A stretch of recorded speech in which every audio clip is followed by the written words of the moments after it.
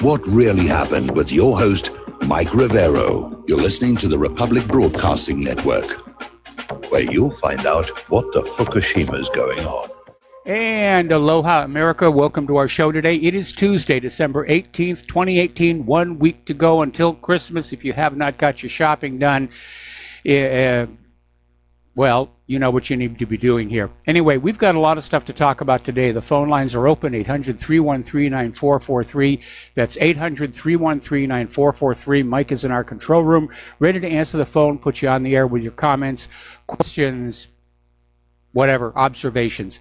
Anyway, a lot of people still talking about the Yellow Vests protests, which are still going on in many parts of the world. I understand they're going to have one in California. And the weather in many of these countries, like the Netherlands and Belgium and France, it's getting cold. But I imagine next spring we might see this thing definitely revive. So there was an interesting article, this came out of uns.com, about the end of dystopia.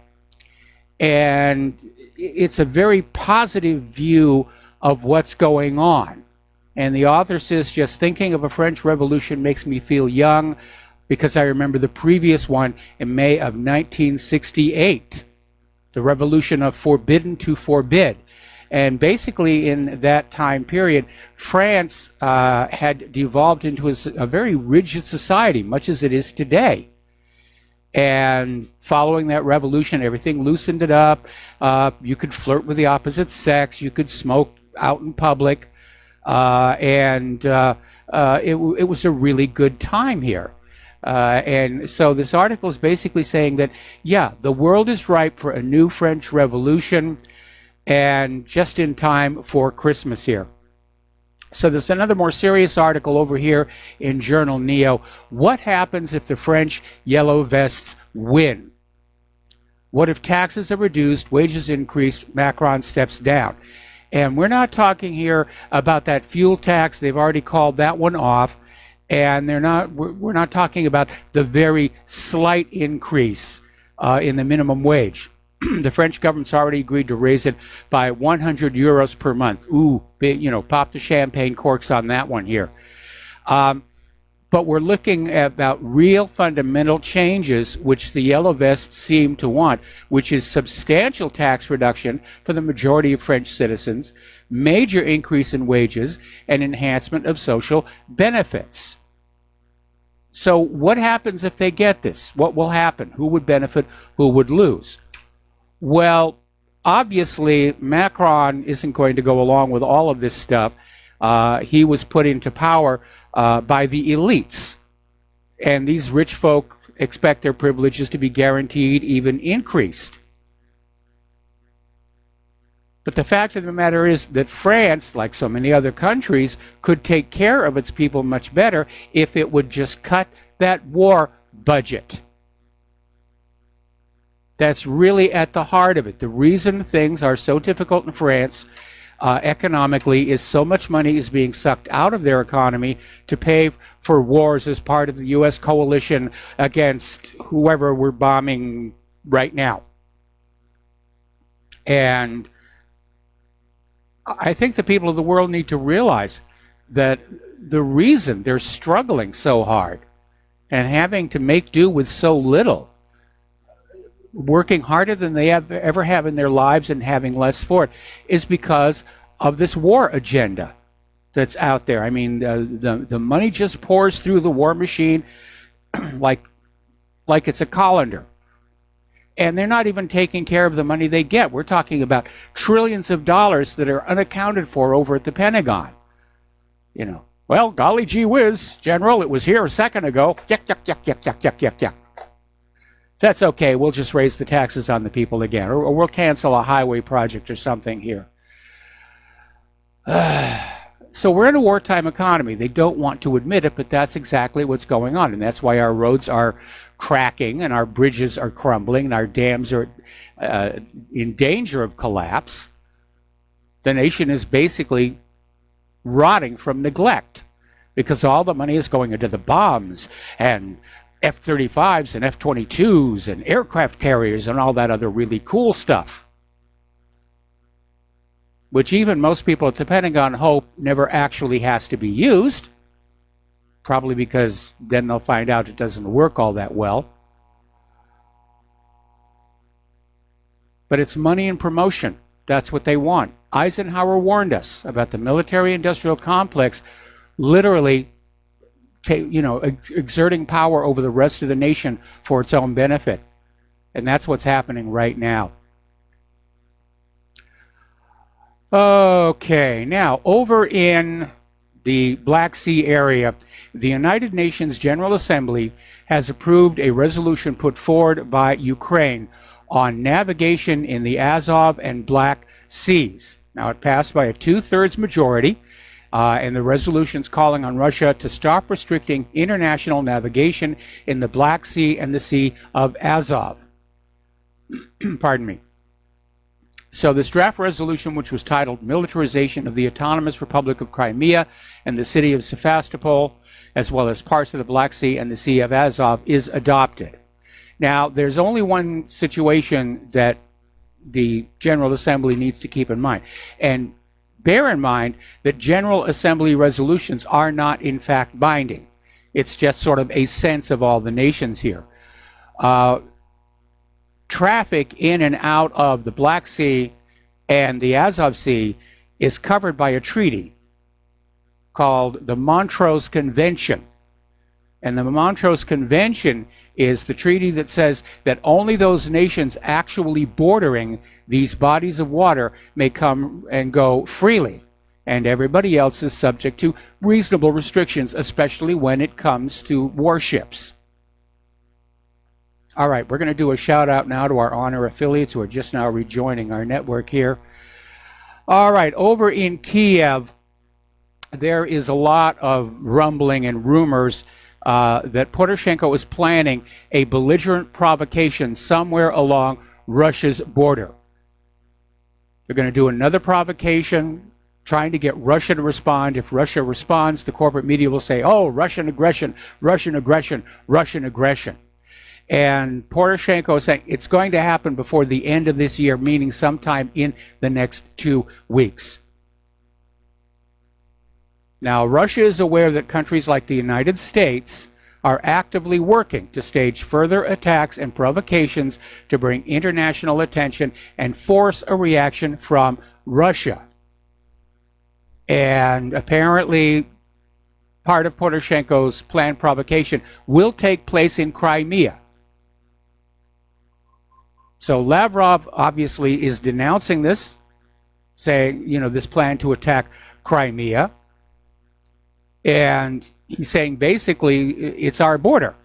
And we will not allow Petro Poroshenko to try, as he claims, to defend their interests and thus violate the rights of the Crimeans, obtained in accordance with international law.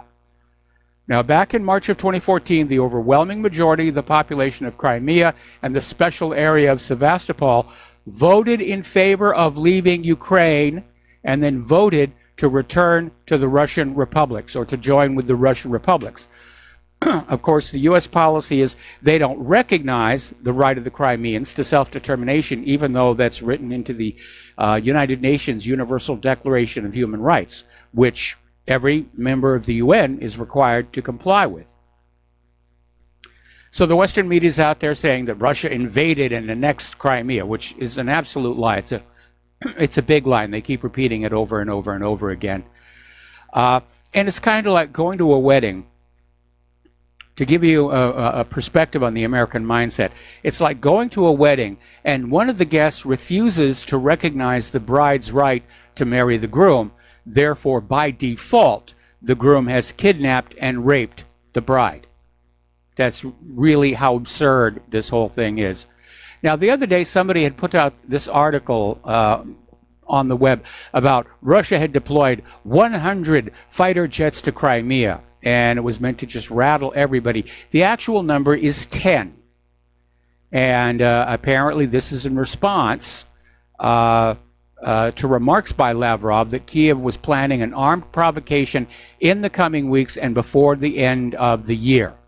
Now, this is the 18th, so you know it's going to happen very, very soon. So the Russian news agency Interfax said that Moscow had sent more than 10 Sukhoi Su-27 and Su-30 fighter jets to the overhauled Belbek Air Base in Crimea as part of a permanent deployment.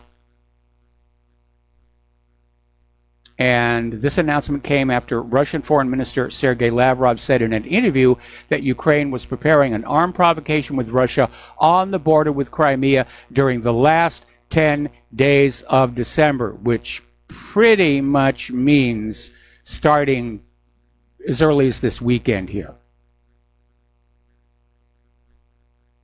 So there could be a shooting war. Over at the U.S. State Department, they're not ruling out yet more sanctions against Russia over the Kerch Strait incident. And basically, again, the media spin is Russia seized 3 Ukrainian Navy vessels that violated its maritime border. That part is accurate. Now, Russia allows shipping in and out of the Azov Sea, but the Kerch Strait is very narrow. If you look at it in Google Earth, the shorelines seem to be wide apart. But look at the blue part, and look where the light blue part is. That's shoals. It's too shallow to run ships through there. And you'll see there's a dark blue strip down the middle, which is where a channel has been dredged out and is kept dredged out. That's where the ships go. And it can only handle so much traffic. So Russia has a very reasonable restriction, which is let us know 48 hours in advance that you're going to be coming through. And then confirm 24 hours in advance. Now that, to me, is a perfectly reasonable thing to do. And it's for the safety of your ship, it's for the safety of the other ships around you. But what Ukraine did with these 2 patrol boats and tugboat, they just charged right on through. They didn't notify Russia at all. And they just charged on through. They refused an order to basically stop. Russian patrol vessels came on out. The Ukrainian vessels, again, refused to stop, which resulted in the ramming. Fortunately, nobody pulled a trigger over there. But again, it's all, it's Russia. It's all Russia's fault. How dare Russia? Oh, we got a caller on the line. Layla in Ontario. I missed you the other day. What's on your mind? Yeah, hi, Mike. Sorry to call so early, but I do have to go out, so I wanted to make a quick comment, if I can. Please do. It's regarding Trump and why he's failing as a leader. I don't think it takes a great deal of imagination to assume that he's been threatened and he doesn't want to end up like John Kennedy, or that his children or grandchildren have been threatened. So if that were you in his position, what would you do? Especially when you know you are only one person against a huge number of rival factions. You know that nobody is going to come out on top except those who are most brutal. But anyway, reading the Constitution, Americans really should read the Constitution, because within there it is implied, if not explicit, the obligation when your country or your government is treacherous or fails to lead you, you have an obligation to bring it down, whatever means are necessary. If we're afraid of violence, nobody likes violence because it always has unpredictable consequences. But it may just be kicking the can down the road. I think Americans have to stop and decide, is the military loyal to the country, or has the military been bought off? These are the things that have to be determined. Simply sitting in one's living room and on the couch and complaining, Trump isn't doing this and Trump isn't, he's not Superman. And he has no miraculous powers. Even Jesus couldn't bring himself down from the cross, for those who are believers. So I think we have to, and Canada, I don't know if you're aware, but Lloyd Axworthy, who used to be the federal finance minister at the UN, said that because of the migrant compact, there's now an obligation to take in not only any migrants, but those migrants that are now in Tijuana. So we're all in jeopardy, and the U.S. is going to be sandwiched by Canada and Mexico and everyone else who will be rushing to its border. There is no good option available anymore. And I think people have to prepare for that. And one final word, everyone keeps, yesterday Mark said something about, oh, we need socialized medical care. All right, in Montreal yesterday, they announced they had done a face transplant. That would have cost multi-millions for one person, when there are people in Canada on socialized medicine who have been on waiting lists while they suffer in pain in order to get into hospitals. One reason I have instructed anybody that I know, if they find me unconscious, let me die, do not ever take me to a hospital. I have read about cases where people who are unable to help themselves while in this socialized medical system of hospitals, where nurses don't care, they found one mentally ill patient who was in the same room with another person who was disabled, force-feeding him feces. So that's what happens when you have universal medical care and everybody rushes to your country in order to be able to use your free medical care. There are just too many people on this planet. The absurdity of spending hundreds of thousands or millions to keep one person alive is utterly irrational. We have to recognize that we have to make room for new blood. And unfortunately, the new blood that's coming up is badly educated or indoctrinated. There are a lot of ideas I've covered here, but the point is that the future is very bleak, whether it's financial, whether it's social, whether it's medical, whether it's military. We have to prepare that we have regressed. We took for granted the comforts and the civilization with which we were living, and meanwhile the malicious powers that be have been acting to work against us. And by the way, yesterday you said something about Britain's Christopher Steele being a spy for the British. The U.S. has been controlled, manipulated in an undercurrent by England from day one, whether it was the Revolutionary War, whether it was the Civil War. England and France have always been trying to destroy the U.S. France finally was defeated with its own revolution. Britain has never given up control or trying to control the U.S. And it has used the passive, compliant, duplicitous Canadians, such as Lester Pearson, who used to sit in when he was at the U.S. Embassy in Washington, D.C. He used to sit in on meetings at the highest levels and then report back to Britain what the Americans were planning to do. So autonomy, freedom, sovereignty, you've never really had it. I'm sorry, I've said far more than I should have. I will leave it now up to you to follow. And forgive me for saying so much, but I do have to. I rushed it out because I do have to go out for an appointment. So thank you for letting me offer my observations. And the survival of the U.S. is essential to the entire planet, and especially to those of us who neighbor your borders.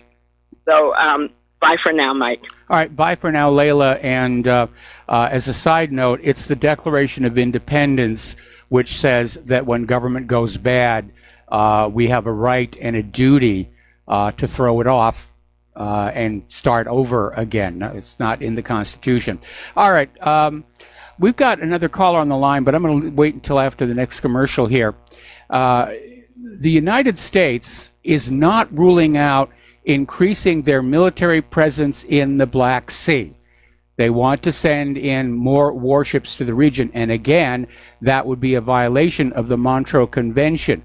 Unfortunately, the United States, as we know it today, is ignoring treaties or pulling out of treaties.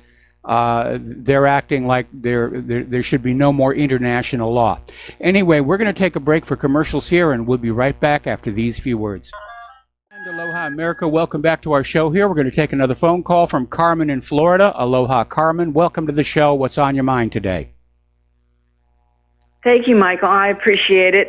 What's on my mind today is what the former Leah just spoke. She was talking about our president, Donald Trump. Yes. He's not a Superman, she said. She said even Jesus Christ couldn't bring himself down from the cross. I am a very studied, serious Christian. That's the greatest insult, one of the greatest insults anyone could ever say to a Christian. Jesus Christ was Yahweh, the creator of the universe, incarnate in the flesh. He could have brought himself down from the cross. He said he could have when Peter didn't want him to go to the cross. He said he could have called the legion of angels down. He didn't need to do that. He could have brought himself down from that cross. So, that he came to redeem our sins. He was a sinless human being taking the form of a man. He could have brought himself down from that cross. So this thing about even Jesus Christ couldn't bring himself down from the cross, there's a verse of scripture that says, professing to be wise, they become fools. She has a complete fool in making a statement as ridiculous and unstudied as that. Well, thank you for your opinion. It's insulted us. So, like I said, thank you for your opinion, and we're going to let you go now and get back to the news. Thank you very much. Okay. So we were talking about how the U.S. Is refusing to rule out increasing their military presence in the Black Sea, even though it would be a violation of the Montrose Convention. And I was making the point that the U.S. government today seems to be completely unconcerned about prior treaty obligations. And that is a very, very dangerous situation. It's going to lead to a situation where other countries no longer trust the U.S. government simply because they're breaking so many of their pledges. Treaties are very important. In fact, in our Constitution, treaties are the highest law of the land as long as they don't violate our Constitution. And that's how important they are supposed to be. But we have Trump pulling out of the INF and the P5+1 deal, ignoring the Montrose Convention, ignoring the United Nations Universal Declaration of Human Rights, and the list just goes on and on and on.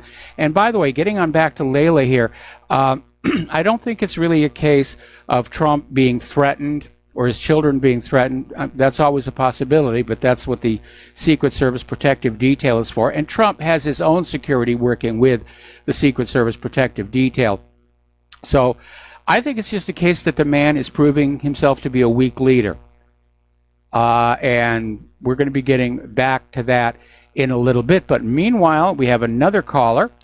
And it's Art off the grid, and we're going to start with you, Art. I'm probably going to take you through the next commercial break, but what's on your mind today? Okay, well, I'll try to keep it short and brief and sweet. Yeah, I'm with you. I'm not so sure that there's really all these threats being made against Donald Trump, because Trump doesn't come across to me as being the kind of guy that's easily intimidated or threatened. Kind of like me. You can make all the threats in the world, and all that's going to do is piss me off. And Trump comes across as being kind of the same kind of guy, although I agree, I think he's a very weak leader. I think he's going to be, if things continue, he's going to be a one-term president. Yep. But I did want to make correction on that lady, not the last caller, but a couple callers ago. We need to be very careful when we start talking about the Constitution and what's in it and this and that and the other. And the reason I say this is because so many people make the mistakes, just like that lady did.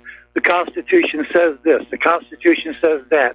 The Constitution says this about rights and whatever. You've got to remember, folks, the Constitution says absolutely nothing about rights. It doesn't guarantee or protect anything as far as rights go. Those are contained within the Bill of Rights, which are backed up and supported by the Constitution. Yes. As far as this about doing away with oppressive governments, you show me anywhere in the Constitution where it says that you have a duty to overthrow or do away with a damaging, destructive, tyrannical government, and I'll kiss you anywhere you want to be kissed, in any place you want to be kissed at. Well, like I said at the end of the phone call, I think Layla was confusing the Declaration of Independence for the Constitution, because in the Declaration it says when a long chain of abuses and usurpations pursuing inevitably the same object evinces a design to reduce them under absolute despotism, it is their right, it is their duty to throw off such government. Yep, absolutely. Okay. And that's in the second paragraph, third sentence of the Declaration of Independence. We've got to make sure that we mention these things. We've got to stop making these common errors that so many people make, because no one is going to take us serious if we can't be serious about what we're saying. I absolutely agree with that. I agree with that, and I'm alarmed that there are so many people in the independent media who are just out there for ego, and they'll just put out any kind of nonsense because they're trying to build audience, and it's getting to be a bit of a problem. Anyway, Art, we have to take another break here for commercials, and do you want to stay over? Sure, we can talk a little bit more. All right, then stay on the line. We'll be right back.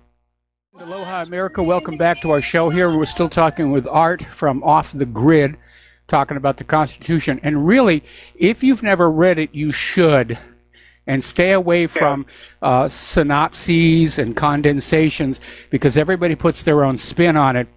And one of the very alarming things about the Common Core education curriculum is they're literally rewriting the Bill of Rights to teach children a very different meaning. And one of the ones they did was the Second Amendment, where they basically rewrote it, say that the right of the people to keep and bear arms is confined to, your being in some kind of government controlled militia. Right. Yeah, and I've talked to a lot of high school students that's what they think. They don't realize that they are the militia.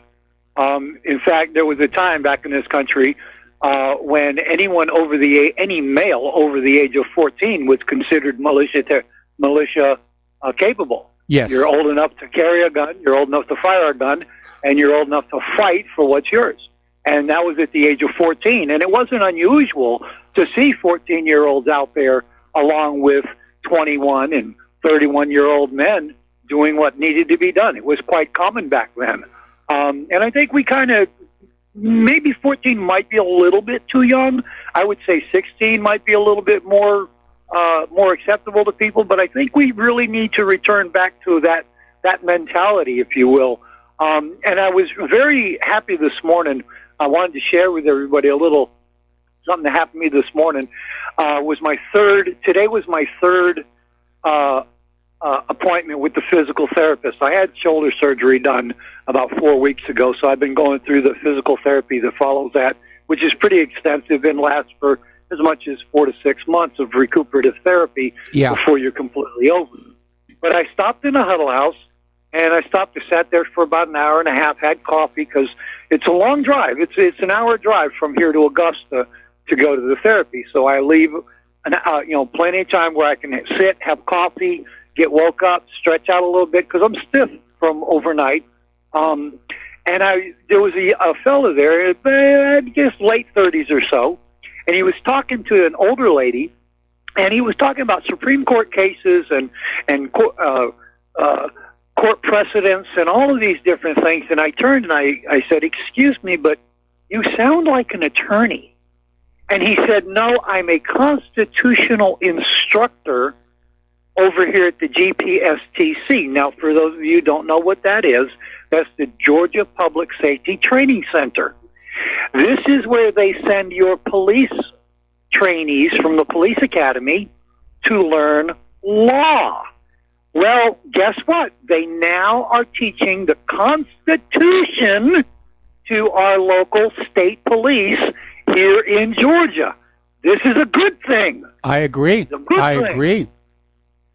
I think someone maybe just woke up a little bit and said, it might not be a bad idea we start teaching our officers the Constitution.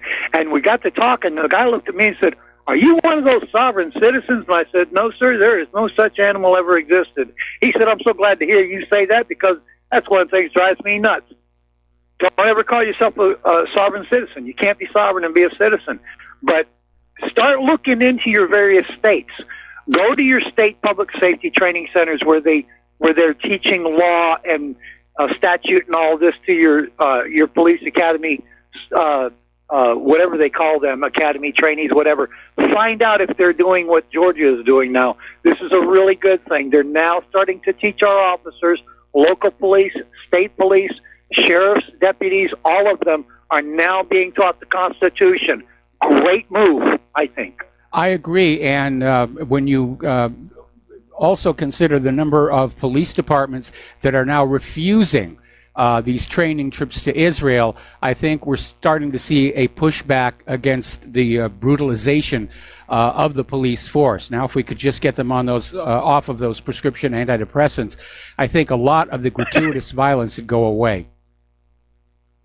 I think you're right. Anyway, just wanted to share that positive experience with everybody, and this kind of gives me hope that maybe. Anyway, thanks, Mike. Take care. We'll talk to you later. All right, thanks an awful lot, and we're going to switch over to Dustin in New Jersey. Aloha, Dustin. Welcome to the show. What's on your mind? I forgot the name of that army, the child army in Africa. They can 10-year-olds can shoot AK-47s, field strip AK-47s, shoot RPGs. So yes, 14's it's not really too young. It's how they're brought up. If they're I forgot the name of that army. It was like, remember the children army? I mean, they're a professional army. I mean, I wouldn't be scared to go up against these kids. But Mike, Layla mentioned something. Mark said about like universal health care. He was talking about he'd rather have that than the Pentagon military-industrial complex spending money on bombs to kill people around the world. That's what he was talking about, and to that woman about Jesus, I mean, I had hope with Trump. Trump's not coming to help us. Jesus is not coming to help us. Gandhi's not coming to help us, Mike. I mean, we're in trouble, Mike. Trump flipped again with the border wall now. Yes, I was going to talk about that later in the show. Yeah, he's going to find the money from some. Mike, it's never going to be built. I could tell. He's a lost cause. He's either just weak or he's a fraud. That's the two. I don't think he's scared. I think that's the two choices. He's either all a fraud or he's just weak. Well, I mean, if he's weak, then his presentation of himself as being a tough guy, that's the fraud right there. But we certainly did not get the Donald Trump that we voted for. And I really do think it's a situation. We have been hearing for months now that he's very easily manipulated by all the people around him. He's very susceptible to flattery. And you're in a city of people whose entire career has been all about manipulating everybody around them to get what they want.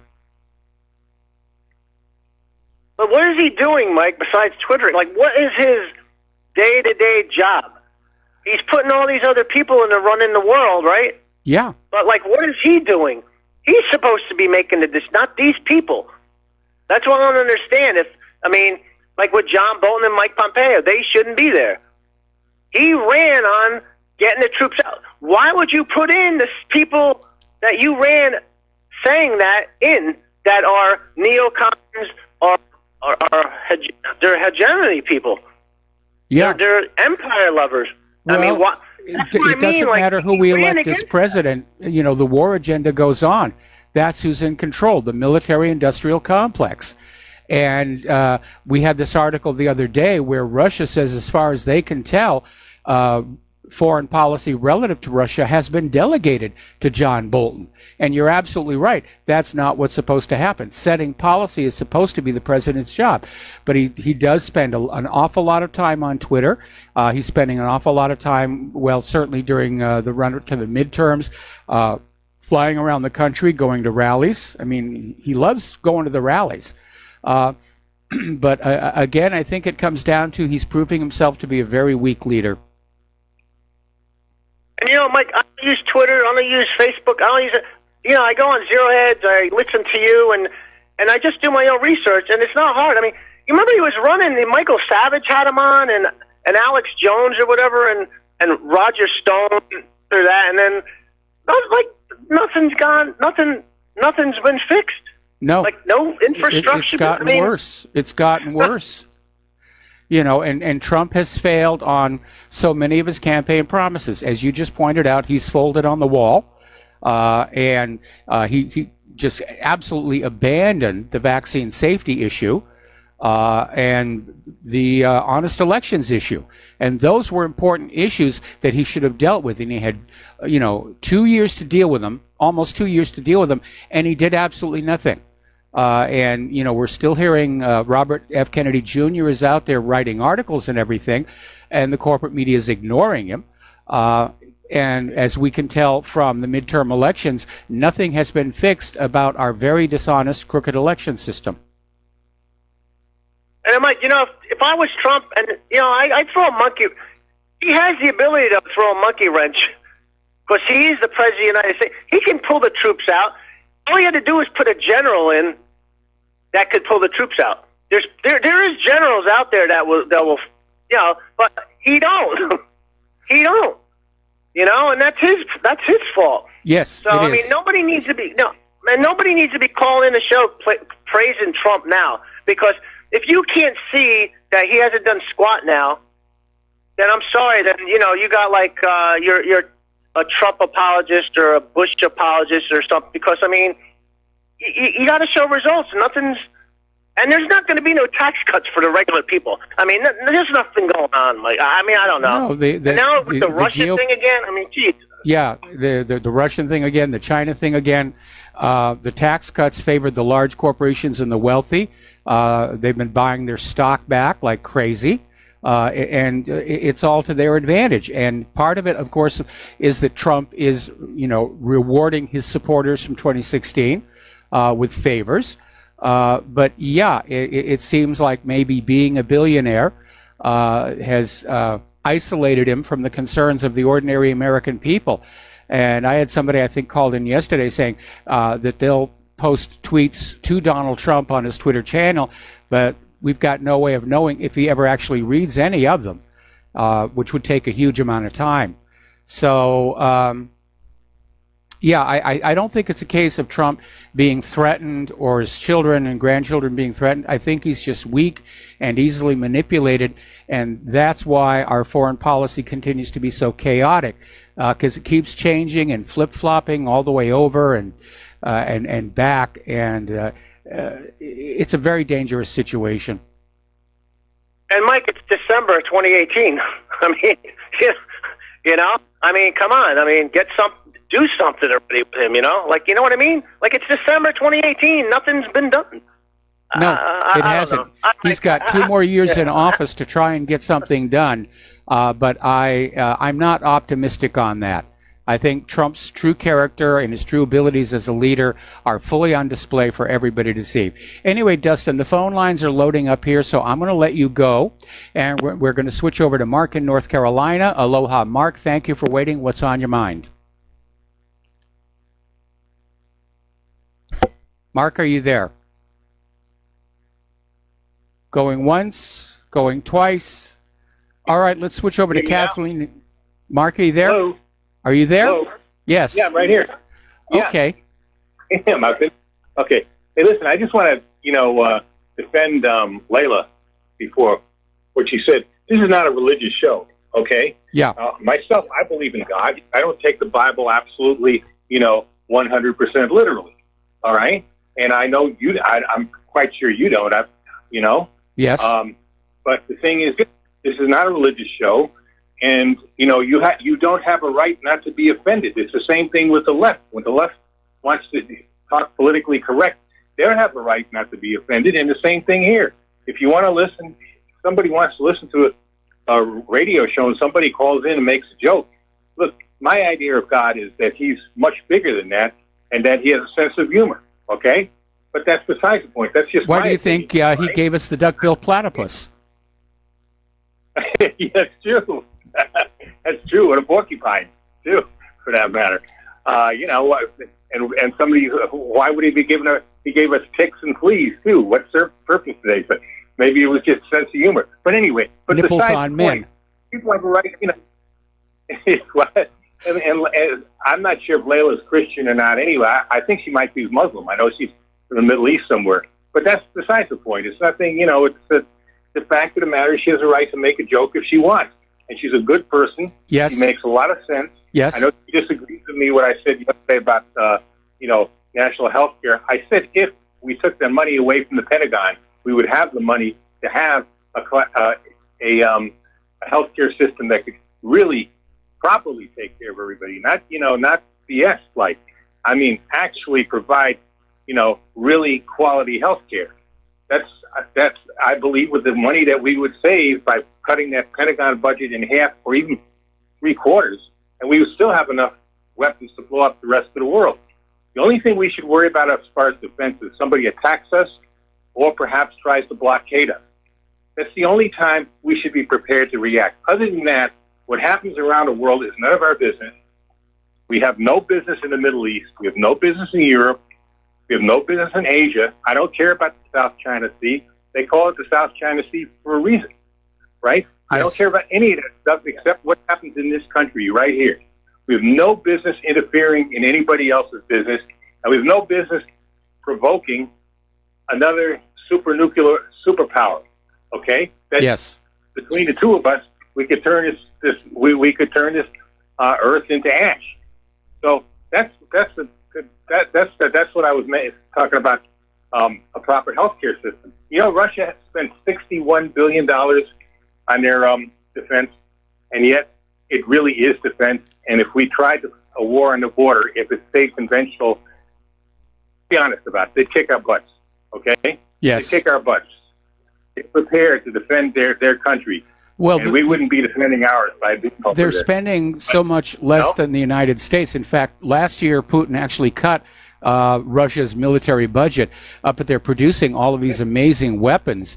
In some of these areas, the United States is years behind because the vast majority of the defense budget is being spent maintaining over 700 military bases around the world, to garrison the world, to make sure that none of those other nations gets uppity ideas about, running their own affairs. Exactly. And the thing is this, he cut it from $69 billion to $61 billion. That's because he's interested in defending Russia. Maybe, a few countries very close to it. He had to do something about Syria because he was concerned about ISIS. ISIS was starting to spread their poison into parts of Russia. So that's the only reason he took any kind of action there. He is concerned about defending his country. And by the way, as far as national healthcare system, Russia has one, and from what I understand, it's pretty good. Peter Lavelle, who's on Crosstalk, yes, runs Crosstalk. American, but he lives in Russia. He was talking about the healthcare system. He had to deal with it. He said it's excellent. Okay, Mark. He said it's all Mark, got to take another commercial break. Got to let you go. I'm sorry. We'll be right back. Aloha, America. Welcome back to our show. We're going to go back to the phones here to Kathleen in Paris. Aloha, Kathleen. Welcome to the show. What's on your mind? Hi, Michael. Thanks for taking my call.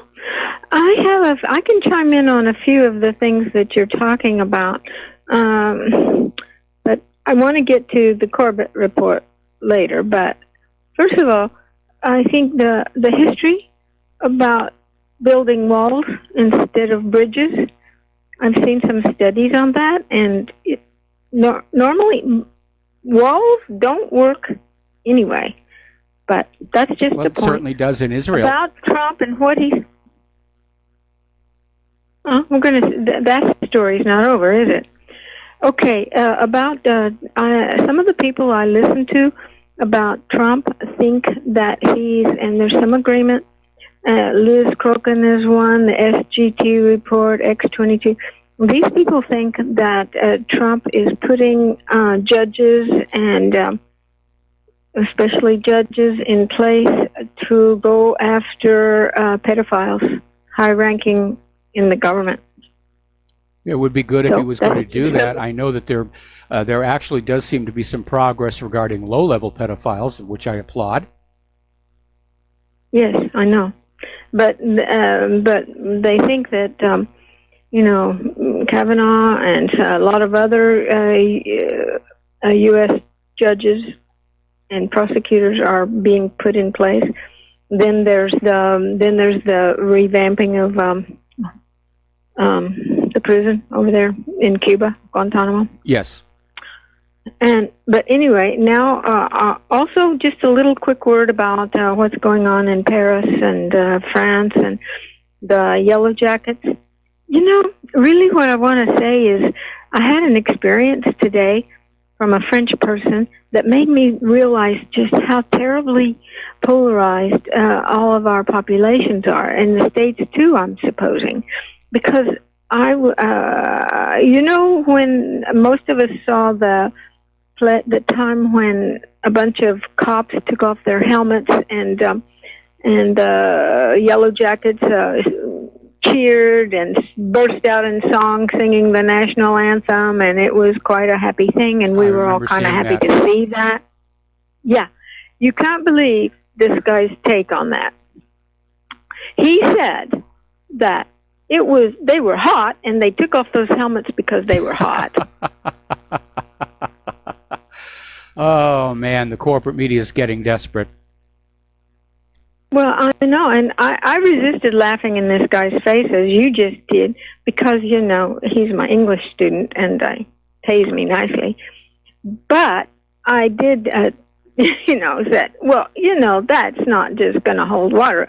There was about 10 of them, and they all got hot at the same time and took off their helmets. Well, yeah. And, and the main thing he wanted to criticize, though, was the headline on the article that I sent him, which said that, yeah, we got to do station identification. Kathleen, stay on the line. I'm going to come right back to you, and I want to hear the end of the story. So stay tuned. Okay. And aloha, America. Welcome back to our show. We're talking with Kathleen in Paris, and Kathleen was telling us about her perception of the yellow vest or yellow jacket movement and how polarized the people of France seem to be over this issue. As of the last poll that I saw, 70% of the French people support the yellow vest. So, Kathleen, if you would sort of finish up your story. Yes, you're right. Most of the ordinary people support the yellow jackets, and some of the people I've talked to even join them. For example, my bus driver. Okay. He said that, on Saturdays he goes over there. And but the thing that this guy was criticizing about the story of the police taking their helmets off was the headline on it implied that the police were in solidarity with the protesters and fraternizing, and I mean I could see that was an assumption, not too much of a stretch. No, on the video it was pretty obvious. They were all being buddy-buddy. I know. But somebody that's a, hardcore Macron supporter can't see that, or they're going to buy into the slightest thing. It was hot, and they got on, all these clothes, and they took off those helmets because they were hot. Well, that would... You're right. I don't know about the French police, but I know here in the United States, that would be a violation of protocol, violation of the rules for which they could be fired. And, of course, there's... also the possibility of if you do get into a confrontation and you're not wearing your helmet, you could get a crowbar, upside of the head, and that would be a bad thing. Yes, but then, there's after that event, there was many cases of the police obeying their orders, as he puts it, and tasing and gassing and water cannoning and that. Yes. But anyway, so, but in case you're worried about me, there's nothing like that near where I live. Good. And I am in the center. I am in the center of Paris. I'm in the 13th arrondissement, and but there's nothing around me. It's isolated in places like République and the Champs-Élysées. Okay, well, what I really wanted to talk about, what? I was going to say, I'm very glad that you are safe. So you wanted to talk about one more thing? Yeah, Corbett Report today had that guy, Mark Skidmore, who assisted Catherine Austin Fitts in finding the 21 trillion missing. Yes. And it's a wonderful interview. Everybody, you have to go Corbett Report and listen to that.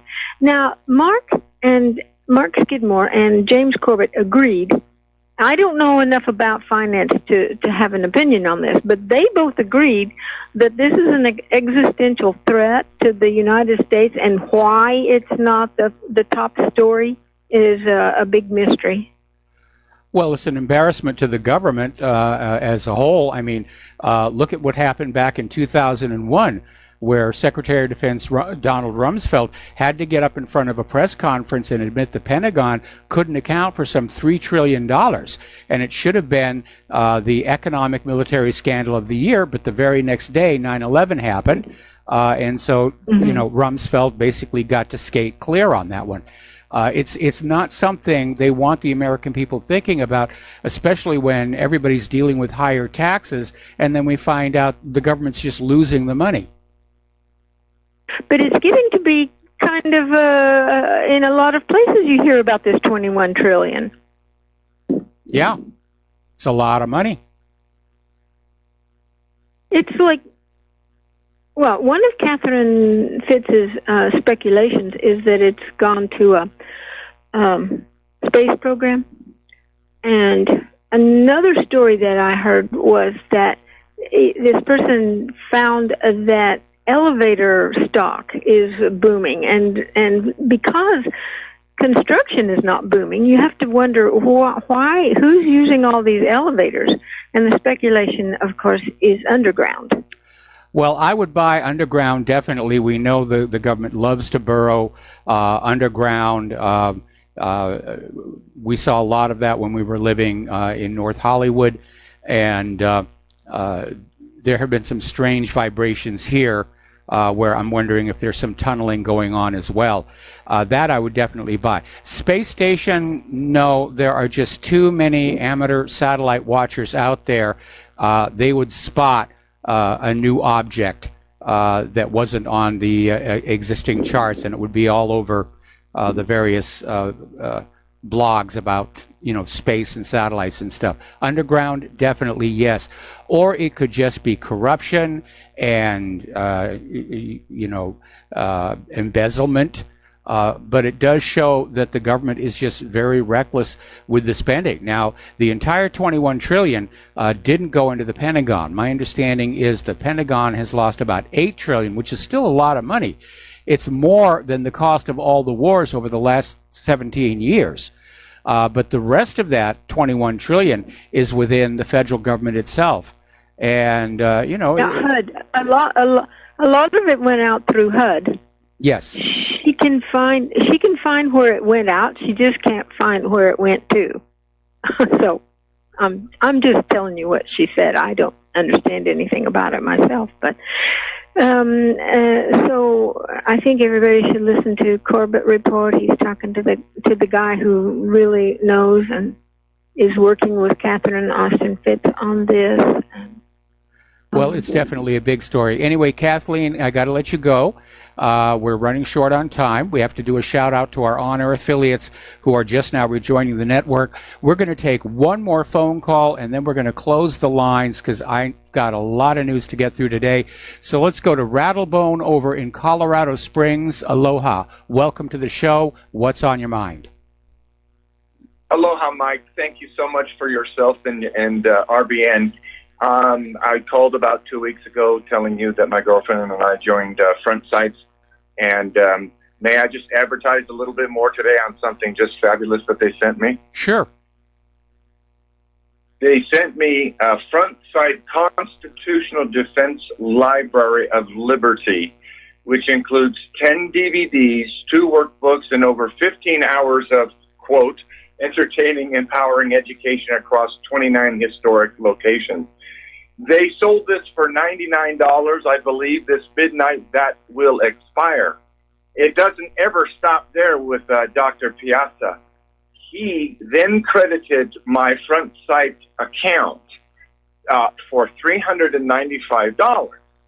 This can be spent in the Front Sight store for tactical pants, boots, bags, hats. You can even use it, I think, for camping out there or something like that. So my girlfriend bought a set because she's, in San Jose, and I'm here in Colorado Springs.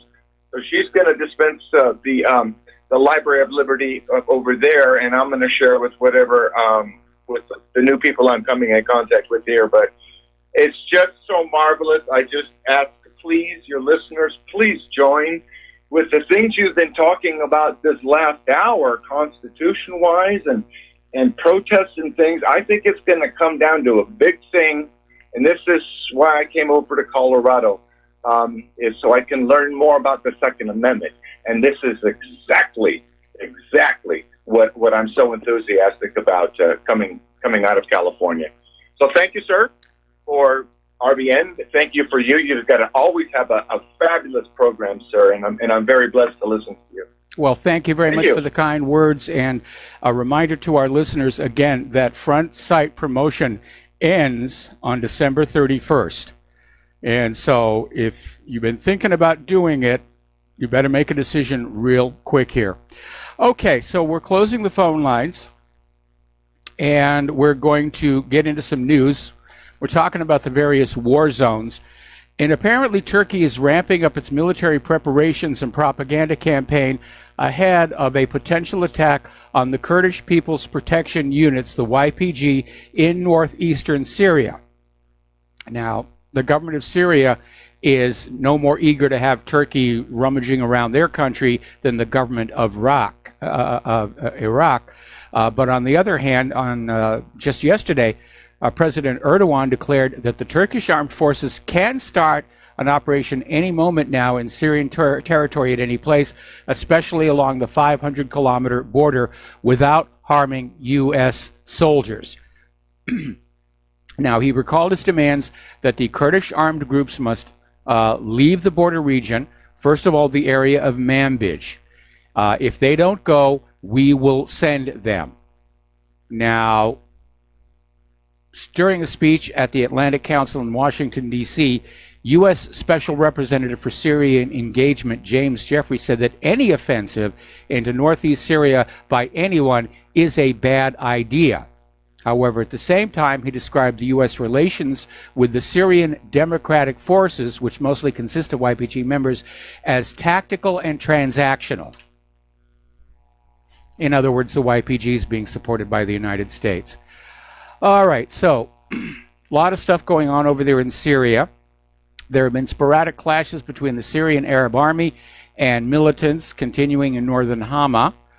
The situation in the northern region of Afrin is continuing to deteriorate, and the U.S.-backed Syrian Democratic Forces continue their operation against ISIS in the area of Hajin. Now, Russia is feeling that the Syrian situation is coming under control. There are some obvious last skirmishes out there. They have cut their military flights in Syria down to just 4 a week. Now, at the height of Russia's involvement of clearing out these militants, these jihadis, the U.S.-backed terrorists, they were flying 100 to 110 sorties per day. And now they're down to 2 to 4 per week, mostly for reconnaissance purposes. So, Russia is also calling on the United States to reconsider their strategy in Syria.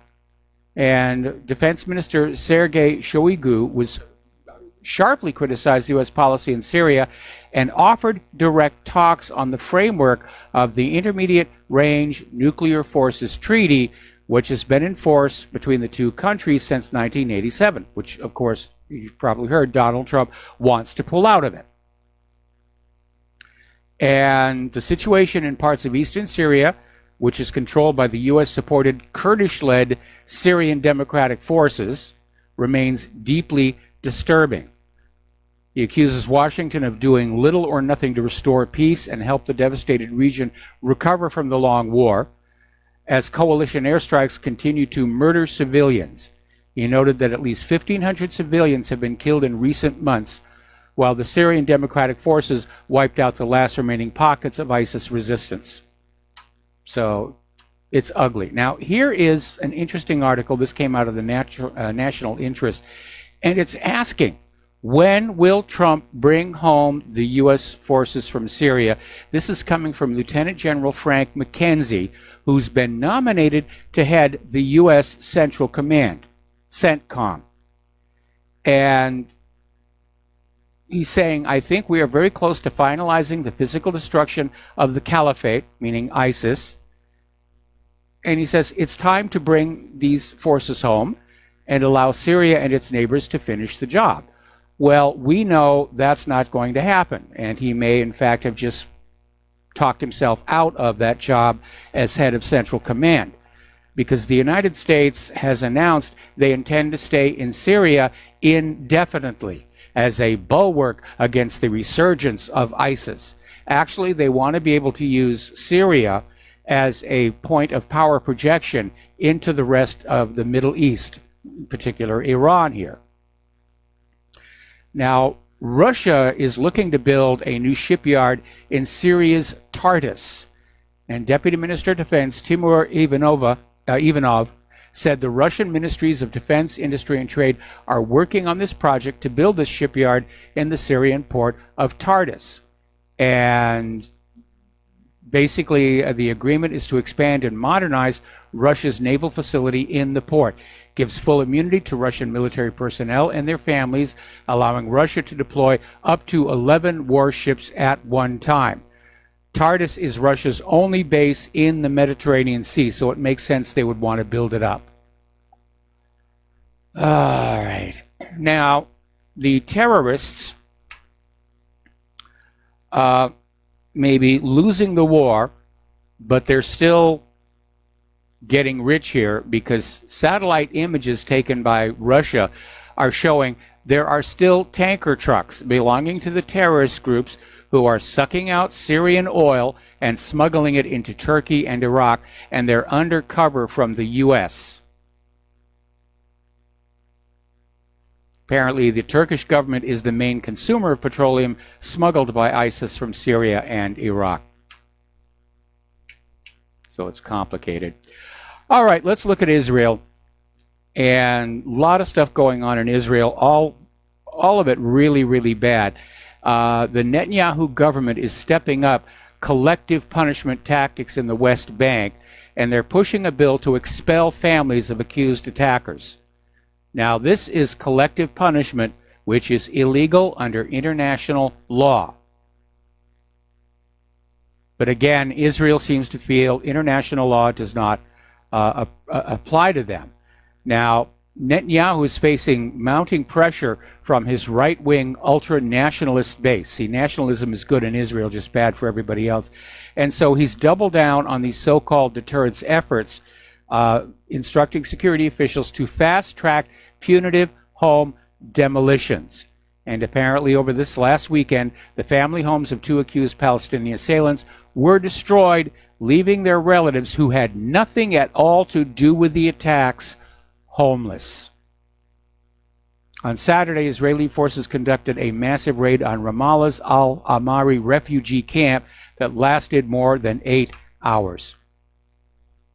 The United Nations is saying that the Gaza Strip is facing an unprecedented humanitarian crisis impacting the livelihoods and access to essential services by its 2 million residents. And this crisis has been driven by over 11 years of an Israeli blockade and an unresolved internal Palestinian divide, exacerbated since March of 2018 by the massive increase in Palestinian casualties at those peaceful demonstrations taking place near the perimeter fence, as well as a limited escalation of hostilities. You can only push a people so far before they're going to break here.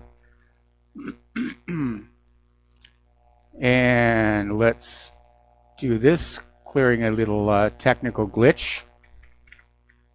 Okay. So Netanyahu's delivering on his threats of collective punishment. And apparently since 2015, Israel has accelerated the demolitions of the family residences of Palestinians alleged to have attacked Israelis. Now, when you have Jewish perpetrators who attack Palestinians, their homes are never destroyed. It's a one-sided situation only. The International Observational Organization Temporary International Presence in Hebron has compiled the situation of Hebron City over the last 20 years into a single significant report. Now, according to an anonymous source who's read the report, speaking to Haaretz newspaper, the report reveals that Israel has been in severe and regular breach of a number of international and internal laws that they once vowed to uphold. Now, Hebron has been a contentious place, having been divided in two under the 1997 Hebron Protocol. The Palestinian Authority controls 80% of the city, and Israeli forces control the rest. So, anyway.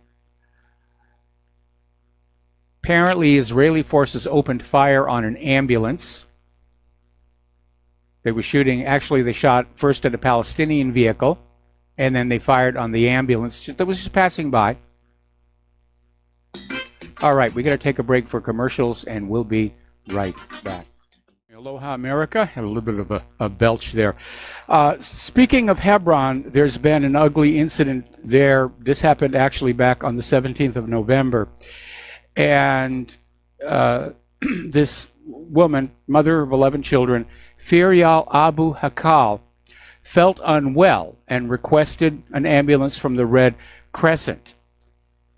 And of course, there are severe restrictions on movement imposed by the Israeli military. And she called to get the ambulance, and she called a few times.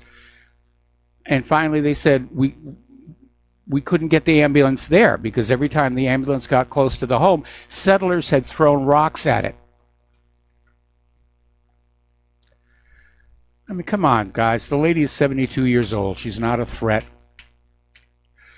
Israel is once again calling upon Germany to defund any organization that has a critical view of Israel. And Israel has asked Angela Merkel to stop funding the Jewish Museum in Berlin, among other institutions. And the reason behind the demand was the museum's exhibition on Jerusalem, which presents a Muslim-Palestinian perspective of the city. And the letter was sent directly to the Chancellor's Bureau and did not go through the Israeli embassy. And Merkel was also asked to defund other organizations that Israel claims are anti-Israel, which includes the Berlin International Film Festival, the pro-Palestinian Christian organizations, and the Israeli site 972 magazine, which receives funding from the Heinrich Boll Foundation. So they're really out there. Okay, article from originalantiwar.com, the conservative case for Palestine. And basically, actually has one positive coming out of the legacy of George Herbert Walker Bush, in that he took a firm stance against Israel and was really trying to get Israel and Palestine to somehow get together.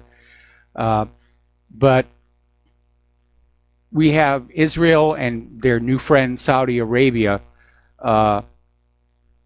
just reshaping the Middle East. I mean, they're doing it in Yemen, and I've got to be very honest, I expect we're going to see something major both in Gaza and the West Bank. I mean, we have that messianic group that is saying, we'll just pay the Palestinians to move to Turkey and Britain and the United States. Of course, we're not going to pay for it. We get the Americans to do that. That's what they're for here. Now, the other day we had this story about a teacher, or actually a speech pathologist down in Texas, who refused to sign a loyalty oath to Israel and did not get her contract renewed because of that. She is now suing them, and I hope she wins. But apparently the courts are saying that laws targeting these Israel boycotts are in fact unconstitutional. And Thursday night, a federal court blocked Arizona from enforcing a law requiring state contractors to certify that they are not participating in boycotts of Israel. The court agreed with the ACLU that the law likely violates contractors' free speech rights under the First Amendment. So of course it does. Of course it does. So the judge, Diane J. Humanitarian has issued a preliminary injunction against the law. I think voters need to go on out and find out just who it was in their legislature who voted for this law, and make sure that they're voted out next time elections come around, because these are not Americans sitting in our legislatures. These are Israelis. No government can serve two masters, and a government or a politician that serves Israel cannot, does not, and will not serve the American people. And these laws prove that. They're literally undermining one of the most cherished rights American citizens have, the right of freedom of speech. Boycotts are a recognized form of peaceful protest, and they are protected by the First Amendment. And I think that we need to seriously start thinking about where our politicians' loyalties really lie, because they certainly don't lie with the American people. They don't lie with their constituents here. Now, not too long ago, Airbnb delisted rental units that were located in the illegal Israeli settlements in the occupied West Bank. Now, Israeli Tourism Minister Yariv Levin put up a Facebook post saying that Airbnb would not be implementing that decision. And he said it's a step in the right direction. Airbnb backed down. Airbnb has come on out with a statement saying no, that we're not reversing the ban. All right, got to take another break for commercials. We'll be right back. And aloha, America. Welcome back to the show here. And we're getting this story. And this actually appeared in the Australian media. But apparently, U.S. airstrikes have killed 62 Somali terrorists. So apparently we're bombing Somalia now. And they did 6 airstrikes in the vicinity of Gandarsh in Somalia's south-central Banaadir province. And they're insisting that they did not kill any civilians whatsoever. And if you believe that one, I have some of Saddam's nuclear weapons to sell you. Now, a lot of people are still talking about Russia's sending these long-range bombers to Venezuela, and they're now training with Venezuela's Air Force to teach them how these bombers work. And apparently, according to TASS, Russia is going to establish a strategic air base on the Venezuelan island La Orchila. And Russian sources are saying this is part of the backlash from Trump's abandonment of the intermediate range missile treaty with Russia. So, meanwhile, Brazilian, Paraguayan, and U.S. Marines are conducting combined training in central Brazil. They're calling it Operation Formosa, the largest exercise of the Brazilian Marines training cycle. The exercise brought together 1,700 service members from Brazil, Paraguay, and the United States to the Brazilian Army's Formosa training camp. So Operation Formosa seeks to maintain Marines' readiness capabilities.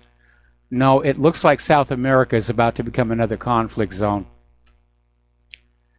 Meanwhile, over in Saudi Arabia, journalist Turki bin Abdul Aziz Al Jasser apparently has been tortured to death by the Saudi government. And apparently the reason they did it is that in his Twitter account, he disclosed rights violations committed by the Saudi authorities and the royal family. And I guess you're not allowed to do that in Saudi Arabia. Where is the outrage in our corporate media? Absolutely none. Now, if it was Syria that was torturing journalists to death, they'd make a big stink about it. But Saudi Arabia can kill journalists. They can even chop them up into little pieces. No big deal. No big deal. Speaking of Khashoggi, there was this Major General Ahmed al-Asiri. He is the former deputy chief of Saudi intelligence, and he was fired by Riyadh supposedly over the Khashoggi murder. In other words, he's the sacrificial lamb, one of many.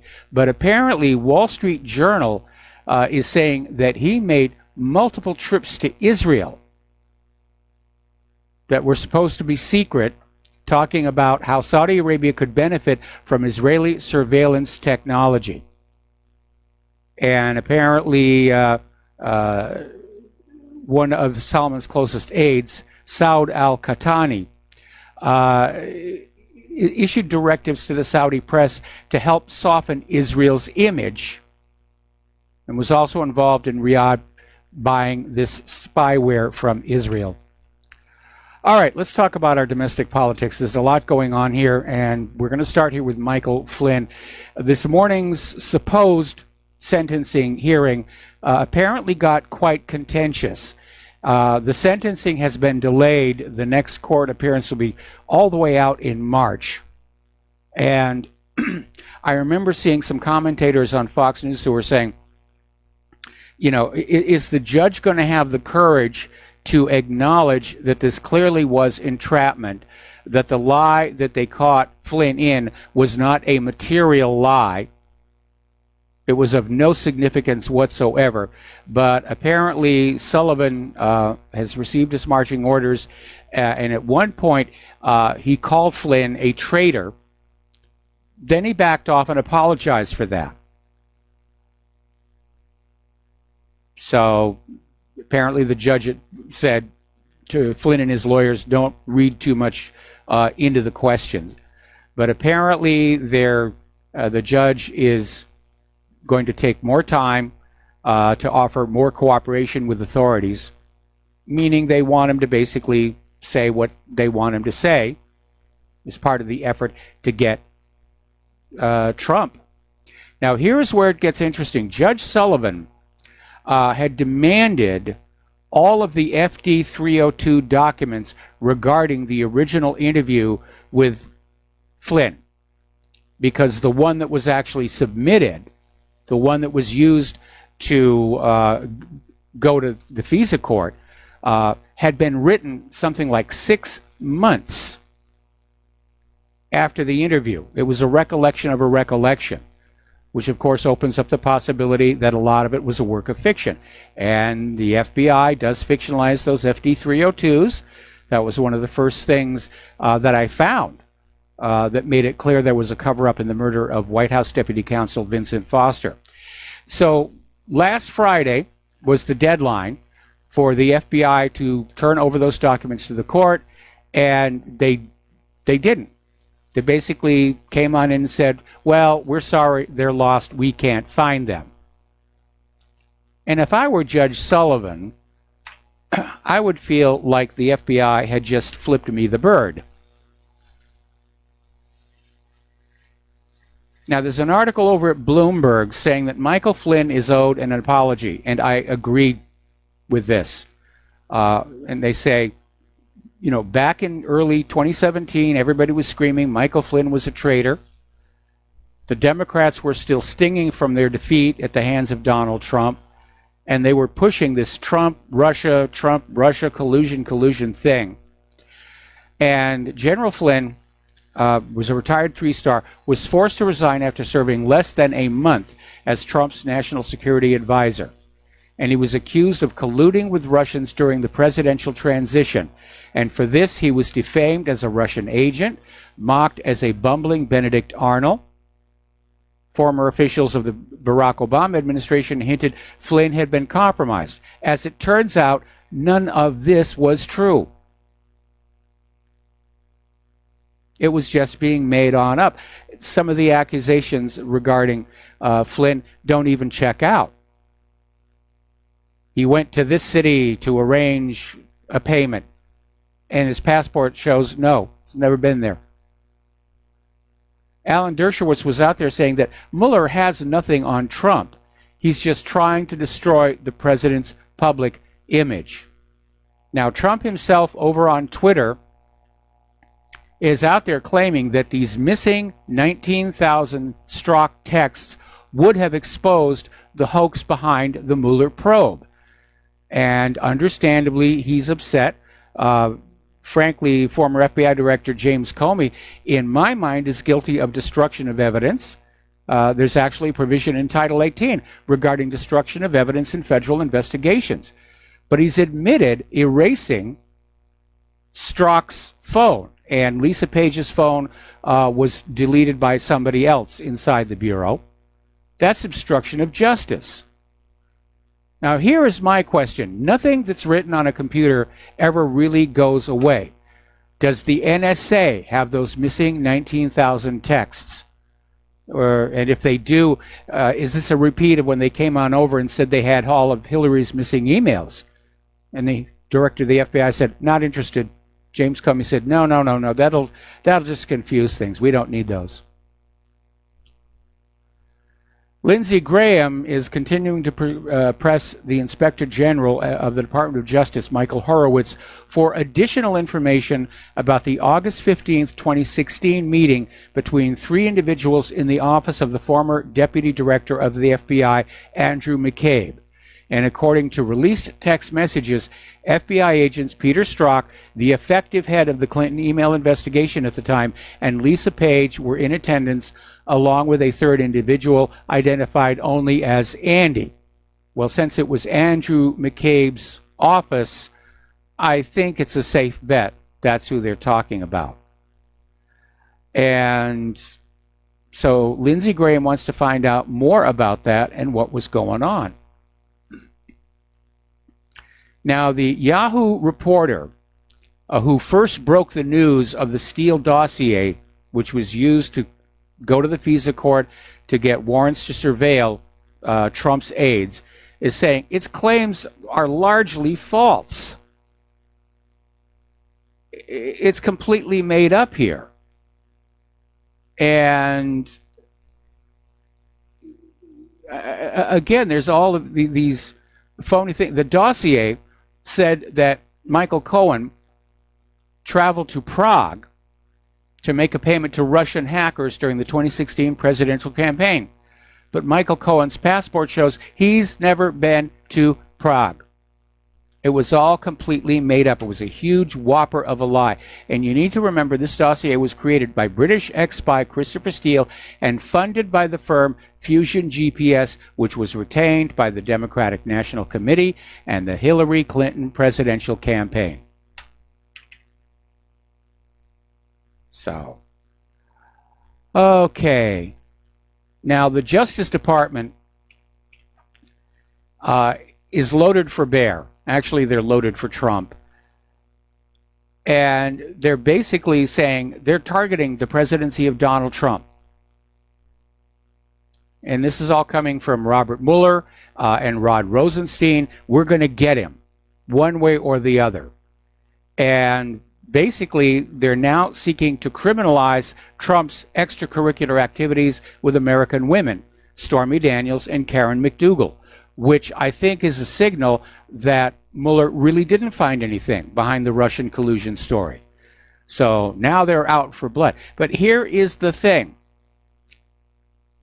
As immoral as Trump's behavior may have been, there's nothing illegal about it. He didn't force himself on them. They were willing partners. They gave consent.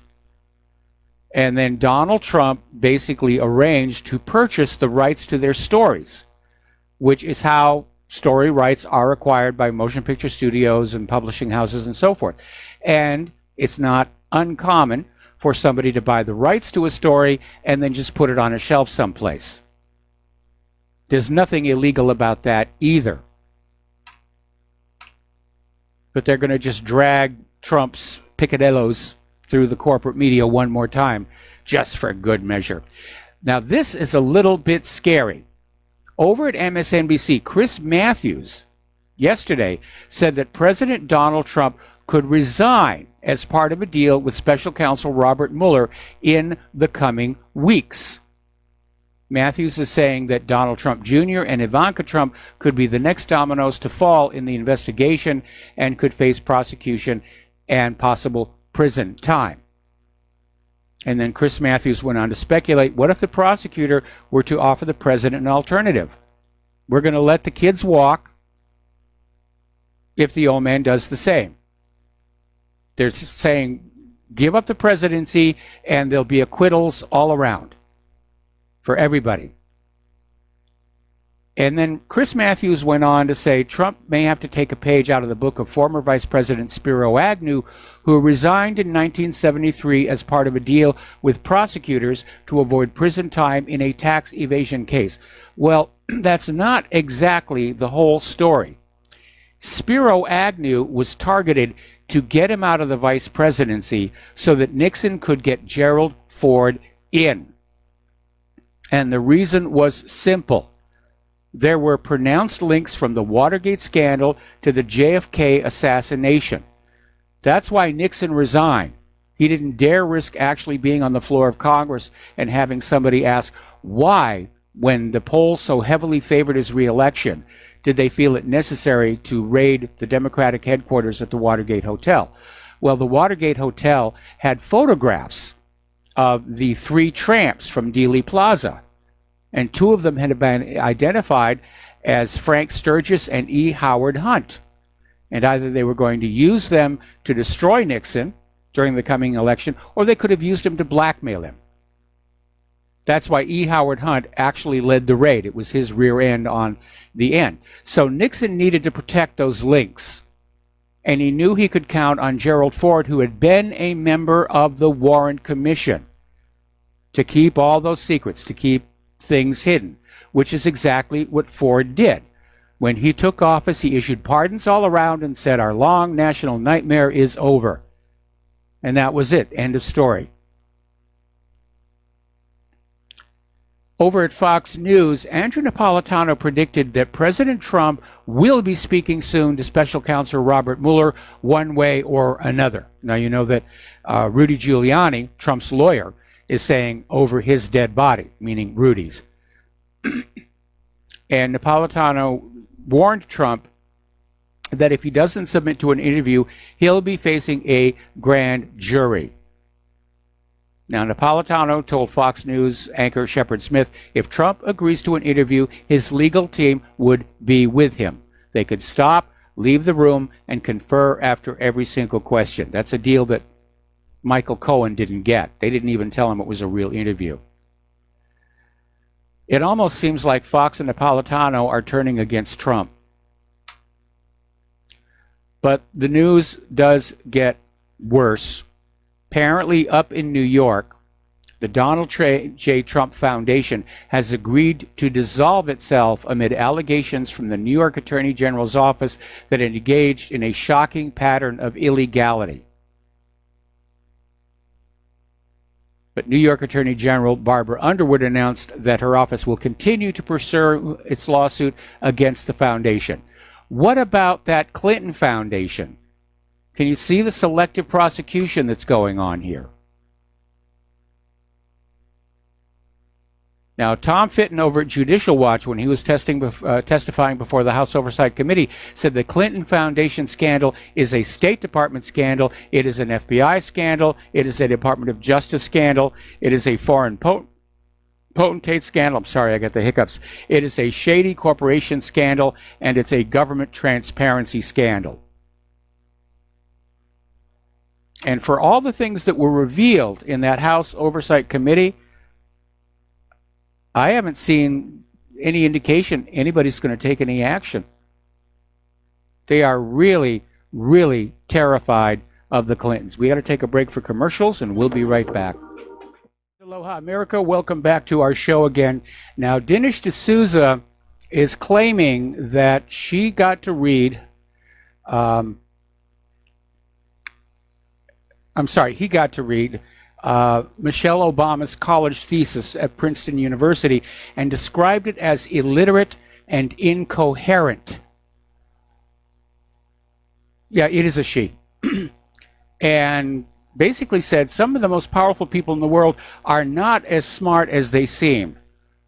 Well, the whole point of a political campaign or a political life is deception, of crafting this facade for the public to see. And it's always going to be made to look as positive as possible in all ways. Bob Dole, remember Bob Dole? He used to describe himself in the third person when they were talking about how he was going to present during rallies and speeches. You know, Bob Dole wouldn't do this. You know, Bob Dole would do. Nixon did the same thing. So, and I have to agree. I mean, after watching our federal government and its leadership over the last going on quarter of a century now, I'm not impressed with the quality of thinking that's coming out of Washington, D.C. There are very, very few people there who really seem to have all the marbles. They just sort of go on their first impulse. All right, let's talk about the economic war here. The rhetoric with the trade war with China is escalating, and apparently in a major speech, Xi Jinping basically said, no one is in a position to dictate reform to the Chinese. So he's digging in his heels, basically sending a signal. And he called for his country to stay the course and just weather the hardships. And China's economy is showing the strains of the tariff war, as is our own here. Okay, the stock markets ended slightly up today. They started very high, went deep into the red. Plunge protection team or something basically got them just slightly back into the green at the close of the market. But overall, the stock market is on track for the worst December since the Great Depression. That's how bad it really is. Now, Ron Paul is sounding the warning that if there is a 50% correction in the market, and that is not unrealistic given the degree to which it's overvalued, that it will spark depression-like conditions that may even be worse than what happened after 1929. So be prepared.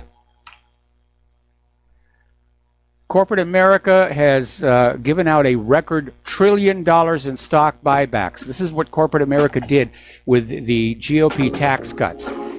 They started buying back their own stocks. Okay, we're going to take a break for station identification. We'll be back. We're going to open the phone lines now, and we've already got callers on the line. We'll be right back. And aloha, America. Welcome back to our show, hour number 3. The phone lines are open, 800-313-9443. We're going to take some phone calls, starting with W in Texas. Aloha, W. What's on your mind today? Hello, Mike. I just wanted to talk about Trump's environmental policy. Yes. And I think when he talks about deregulation, I don't know if a lot of people understand what that really means. That means reducing a lot of environmental policies and things that went into effect, like the Clean Water Act, the Clean Air Act, things of that nature, that will actually happen under a Republican Nixon, I believe. A lot of that happened under Nixon. So when you talk about deregulation... Well, wait a minute. You need to back up here a little bit. Nixon started the Environmental Protection Agency, but it really didn't have much to do with the environment. Now, when Nixon uncoupled the dollar from gold redeemability, was called the Nixon Shock. And it resulted in a lot of countries, first of all, wondering, how much gold the U.S. actually had, that Nixon had to do this. It basically signaled that there was, in fact, a lot more of these paper dollars out there than could be covered by gold at the agreed-upon price from Bretton Woods. So what Nixon needed to do was basically grab and sequester America's public lands to pledge as collateral on that foreign debt. And that was the real purpose of the Environmental Protection Agency. And I'm aware of some of those nuances. I'm very much aware of that. Okay. Like you said that. However, some of these regulations, though, are still good for us, even if they may have a different reasoning for existing. But clean air, clean water, I think that's something everybody supports. But my real point is that because of deregulation, because of that mindset, asbestos is now being allowed. The Trump administration, my understanding, you can go look it up, they're going to allow asbestos as a construction product, as part of construction, as part of that process again. They're going to allow asbestos to go back into that process. And we all know that's dangerous. I mean, there's like hundreds of mesothelioma commercials, every day. That's not good. The second thing is he's going to be doing something with clean water, sort of cutting back on a Clean Water Act. Streams that do not have water, sort of intermittent wetlands that have intermittent water will not be considered worth saving anymore or worth protecting. So I just wanted to add. Companies who will suck the water out of the ground, run it through filtering to clean it up, put it in a bottle and sell it. And it's a huge moneymaker for them because they're paying pennies, for gallons and gallons of the water. And when it gets to the retail establishment, one of those little tiny bottles, it's only about, it's $2. And we have these corporate executives are saying that water is not a natural right for humans and that it should be commoditized. And at the way we're going down this road toward fascism, next it'll be air. You shouldn't be allowed to just take air out of the atmosphere for free. And of course, that's getting polluted as well. Yeah, I'm in agreement with you that, Donald Trump has gutted the Environmental Protection Agency, at least as far as the good work that it was doing. But again, its real covert, clandestine purpose was to declare all these areas of wetlands or heritage zones or roadless zones or whatever. And they had dozens of different names to conceal the scale of the land grab from the American people, because those are our public lands. They're our common heritage. And now we're no longer allowed to go into them. We're no longer allowed to use them. And they have been pledged as collateral, along with whatever mineral resources are under them, as collateral on the national debt. And it means that when the U.S. government finally is driven into bankruptcy, we're all going to wind up as tenants on the land that we used to own. And that, I think, is going to definitely be a tragedy. Exactly. I just encourage callers just to check out asbestos in construction being deregulated. That's not a good idea. That was it. Thanks, Mike. All right. Okay, thank you. We're going to switch over to Don in the Philippines. Aloha, Don. Welcome to the show. What's on your mind? Hello, Mike. This is an excellent video. You have Seattle, the Utopian Lie. And this morning in the Philippines, I was out, people were out walking their dog and stuff. I was talking to this guy from that lives in Seattle. He says that's the way it is. You can steal anything there. The people will go right into REI and just grab a tent and walk out, and the policy is just let them have it because they don't want the employees to get hurt. You got needles all over the place. They don't have to turn in their old needles to get the new needles anymore. Oh, man. Oh, man. I mean, Claire and I used to be a needle exchange. Yeah, go ahead. I was going to say, Claire and I used to live in Seattle. We were living, well, not in Seattle, but near Seattle before we moved here to Hawaii. And I remember back then, it was a very, very nice city.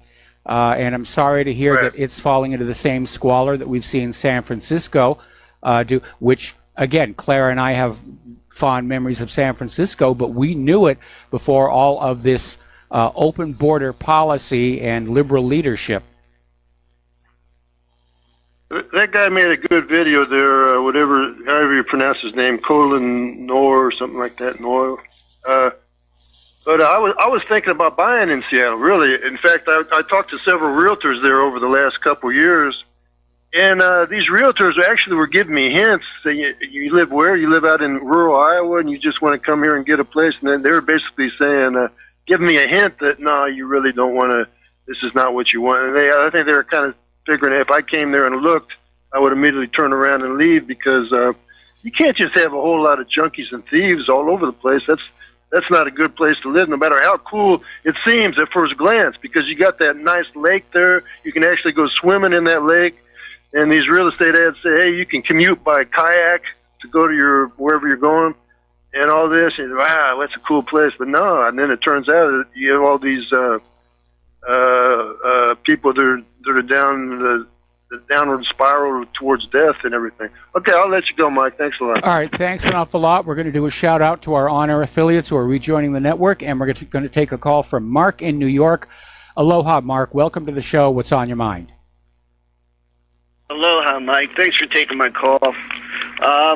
I just wanted to call. I've been calling in about in the past about this Fields in Charleston killing, running over people, whatever. Yes. And it reminded me over the weekend about this Hampton socialite that got convicted, sort of. And I found an interesting article that I just take like 10 seconds to read the first paragraph of it, if you would allow me.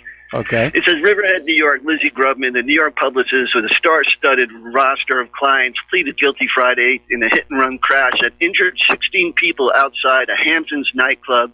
Grubman, 31, will likely receive 2 months in jail, 280 hours of community service, and 5 years probation under the plea agreement. She could have faced up to 7 years behind bars if convicted.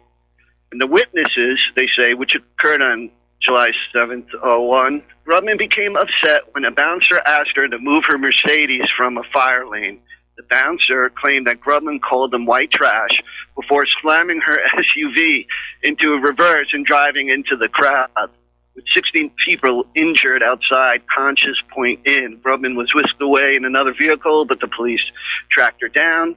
And the last quick paragraph says, Grubman, the daughter of entertainment attorney Alan Grubman, was one of Manhattan's highest profile publicists, with clients that at times included singer Britney Spears, rapper Jay-Z, Wu-Tang Clan, and Tommy Mottola. And I just wanted to point that out, that this woman kind of skated.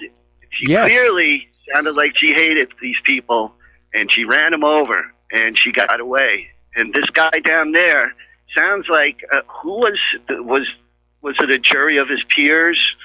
Who was on his side? Did he get some coin-appointed lawyer? And now you read these articles. I don't know, but I mean, we understand that in our society, being very rich gets you very lenient treatment from the court system. And if you're very poor, well, then by golly, we're going to show you what for. We're going to send you off to the prison factories. I just wonder if this makes any difference. Anybody thought of this? Whatever. That was my point that I thought when I heard it, because I'm still trying to find out exactly all the details. And I did find the guy with the gun that said he's glad he did it. Yes. That he chased down the car. But it just seems that, when I think about two opposites attract, or two sides of the same coin, I was thinking of something like James Carville marrying the conservative Mary Matlin, I think her name is, or something. They're both into politics. I just think these activist groups, they attract a certain type of person that's externally motivated, and they meet up. I still say the guy wasn't planning to trash his car. And first-degree murder, it seems like it was planned out, serious. He was going in there to kill people. And I just find that the lawyer didn't do his job. Well, justice is not blind, unfortunately, and justice definitely favors the wealthy. All right, Mark, we're going to let you go. Cheers. We're going to switch over to Brian in Kentucky. Aloha, Brian. Welcome to the show. What's on your mind? Hey, how's it going, Mike? Well, there's a couple things I want to touch on. First of all, is this, I haven't heard many people saying this, including yourself, about the whole Trump viewer thing with, the thing about the porn star and him supposedly paying her off and all this. Yes. Well, number one, I'd like to say, first of all, if that happened before he became president, it has nothing to do with the political campaign or campaign funds. First of all, they'd have to have a check from the political campaign written to Stormy Daniels with Trump's signature on it, and it has nothing whatsoever to do with the Russia thing, secondary. Yes. And if they don't have a check from the campaign to her, then there's no evidence. whatsoever they'd have to tie it to the campaign somehow. If he paid it out of his personal stuff, his personal money, then they got no case on it. And then the secondary thing I want to talk about was the 9/11 federal grand jury that's being impaneled by the federal prosecutor from Manhattan, which I went to the website, which is lc for911.com or .org, and they have all the paperwork there. And if they don't open one up, that's going to be awfully suspicious that they're going to open one up and then bury it, because they can get a special grand jury going on. And I just don't really see them going through those motions and then trying to bury it after they're the ones that have agreed to open up a special grand jury investigation on that. So I was wondering what your thoughts were on both of those subjects. Well, the U.S. attorney did not really have a choice, because the law is basically written saying that a citizens group can demand a grand jury investigation, and one has to be impaneled. And that's exactly what happened. And what they're going to present to the grand jury is the evidence that explosives were used in the World Trade Center. And I can imagine that the perpetrators of 9/11 are in a blind panic right now and figuring out how can they derail this. You know, can they bribe the grand jurors to always say, oh, there's nothing there, there's nothing there. We may even see some wet work come on out of this, because, again, 9/11 is a scandal of such severity that if the American people really understood what had truly happened on that day, it would bring down the government. Right now, our government is actually very, very fragile, and everybody's concerned about that. Anyway, Brian, I'm going to let you go here. I got to get back and do some news. Thank you for the phone call. And getting on back here. All right, talking about the economic news. Germany has issued a bankruptcy warning. And this is coming from Lucas Flother, who's the insolvency administrator of Air Berlin. He's forecasting financial downturn for automotive suppliers, the retail trade, and companies in East Germany for the coming years. Credit agency Krif Bruegel shared similar negative sentiment, as it predicted 305,000 companies across the country would be beginning the financial year with financial problems. So it's looking bad all over. Over in Italy, their Prime Minister Giuseppe Conte is reaffirming that they need to lift the Russia sanctions. The Russia sanctions are hurting Russia. They're also hurting Europe. And so the Italian Prime Minister is saying enough is enough here. China is now saying that they're concerned, or they're warning of escalation over the Huawei incident. And basically, they're very upset at how so many countries around the world will do Washington's bidding, even when it harms their own interest. And in this case, we're talking about Canada.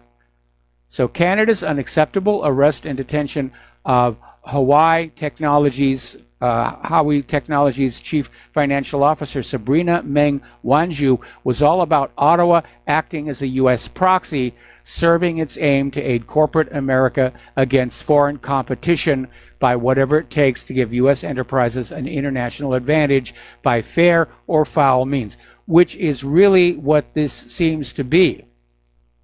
It's not so much the U.S. enterprises. The Huawei produce cell phones use encryption the NSA cannot break, and they want to end that. Right now, investors are viewing Chinese one-year debt as less risky than American one-year debt.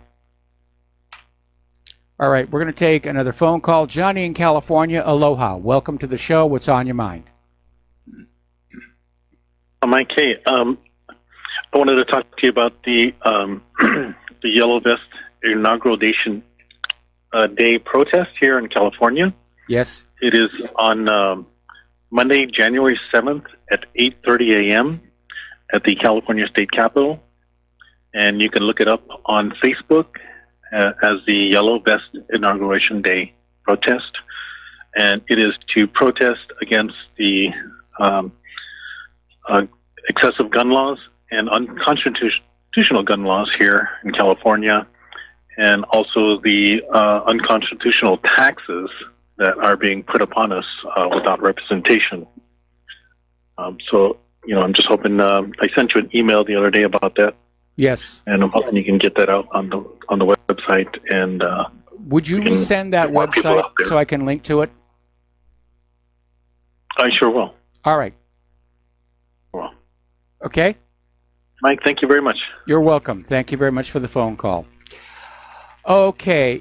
Iran's first vice president, Ishaq Jahangiri, is saying that despite the crushing sanctions put on their country by Washington, their economy is starting to stabilize.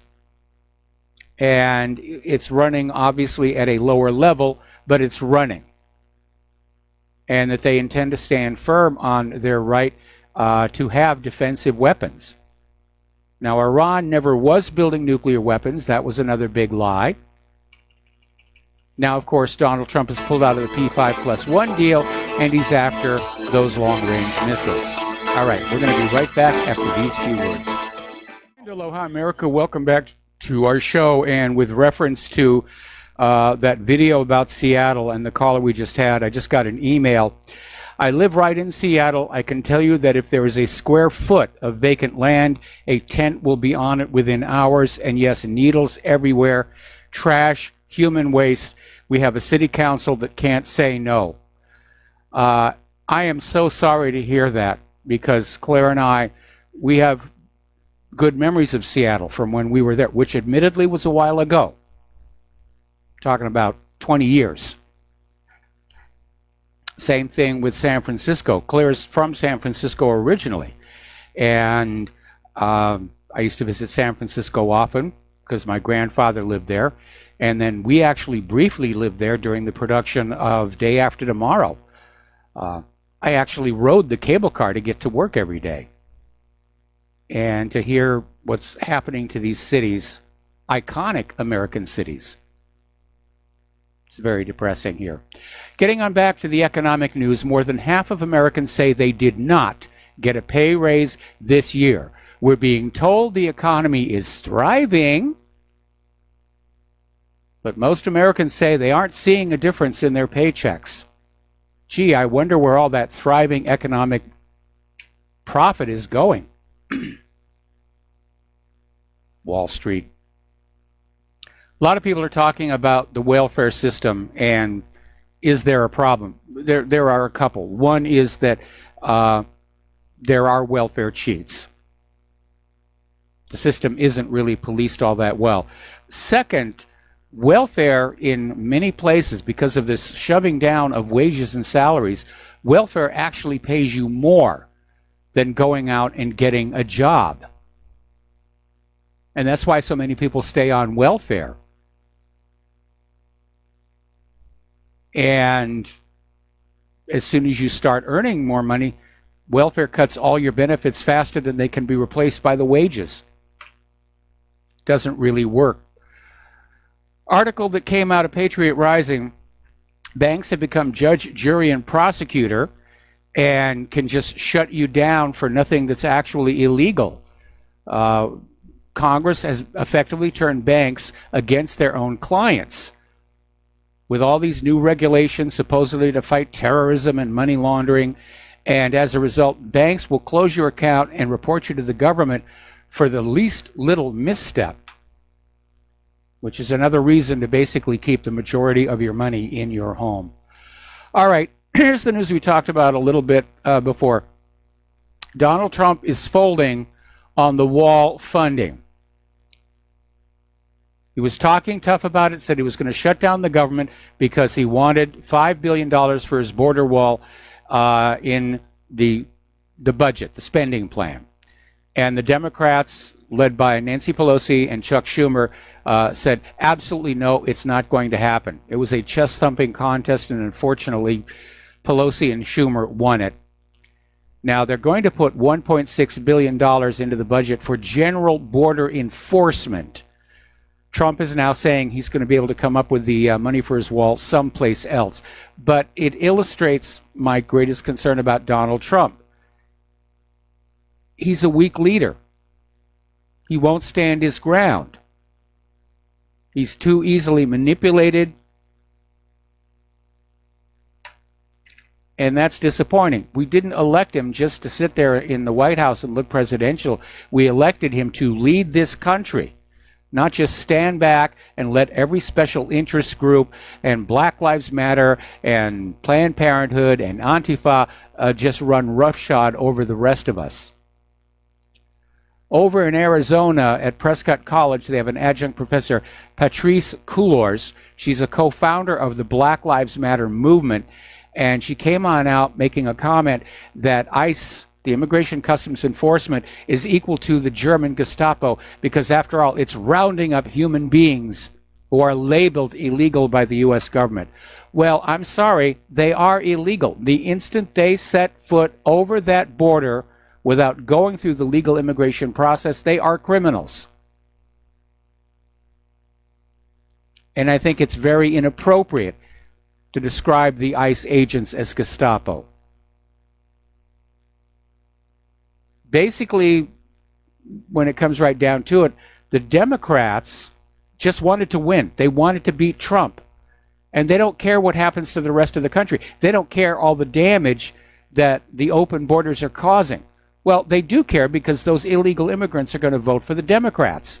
Because the Democrats are campaigning to them on a promise, we'll take stuff away from the legal American citizens who really have too much and they're all white anyway, and we will give it to you.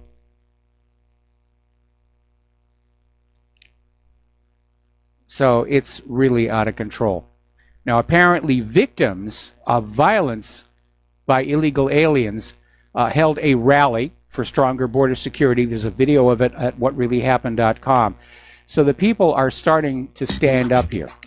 All right, we're going to take another break for commercials. We'll be right back. And aloha, America. Welcome back to our show. And we're talking about immigration. And over in Arizona, there's a group that has gotten together, and they're running a website called azbordertrash.gov, talking about just the mess that all these illegal immigrants are leaving in their wake. They're definitely not packing out their trash here. And some of what the people who've been living in Arizona all their lives are finding as they walk about is strewn trash, piles of trash, illegal trails and paths that have been just created going through private property, erosion, watershed degradation, damaged infrastructure, damaged private property, loss of vegetation and wildlife, campfires, and even worse, fires that escape and cause brush fires, abandoned vehicles and bicycles, vandalism, graffiti, and site damage, including historical and archaeological sites, and what is politely termed as biohazardous waste, meaning their poop. All right, we're going to take a phone call here. Rick in Arizona, aloha. Welcome to the show. What's on your mind? Well, I was going to talk about Trump's unemployment numbers, but I want to address that immigration issue that you've been talking about. You know, the same laws that apply to immigration today were changed in the 1960s by the New York politicians, Javits and Metzenbaum. But we didn't have the rush of immigration like we have today because we have the laws protect big businesses who hire these people. Like, you can get across the border. Before, in the 70s, the Mexicans would come up into the Midwest and work the farms, and they'd go back down in the South. Yes. And in the winter. Now they come, and they got, with aids of families of dependent children, basically started the bum rush into America. Okay, they provided the benefits for these immigrants. So these businesses are up to their eyeballs in the immigration mess. They want it. Okay, all these people behind Trump. This wall is crap. Okay, it's just a hoax story. It's never going to be built. And so the laws of that draw people here, the magnets, is all the benefits. We didn't have the benefits in the 70s, in the 80s, in the early 80s.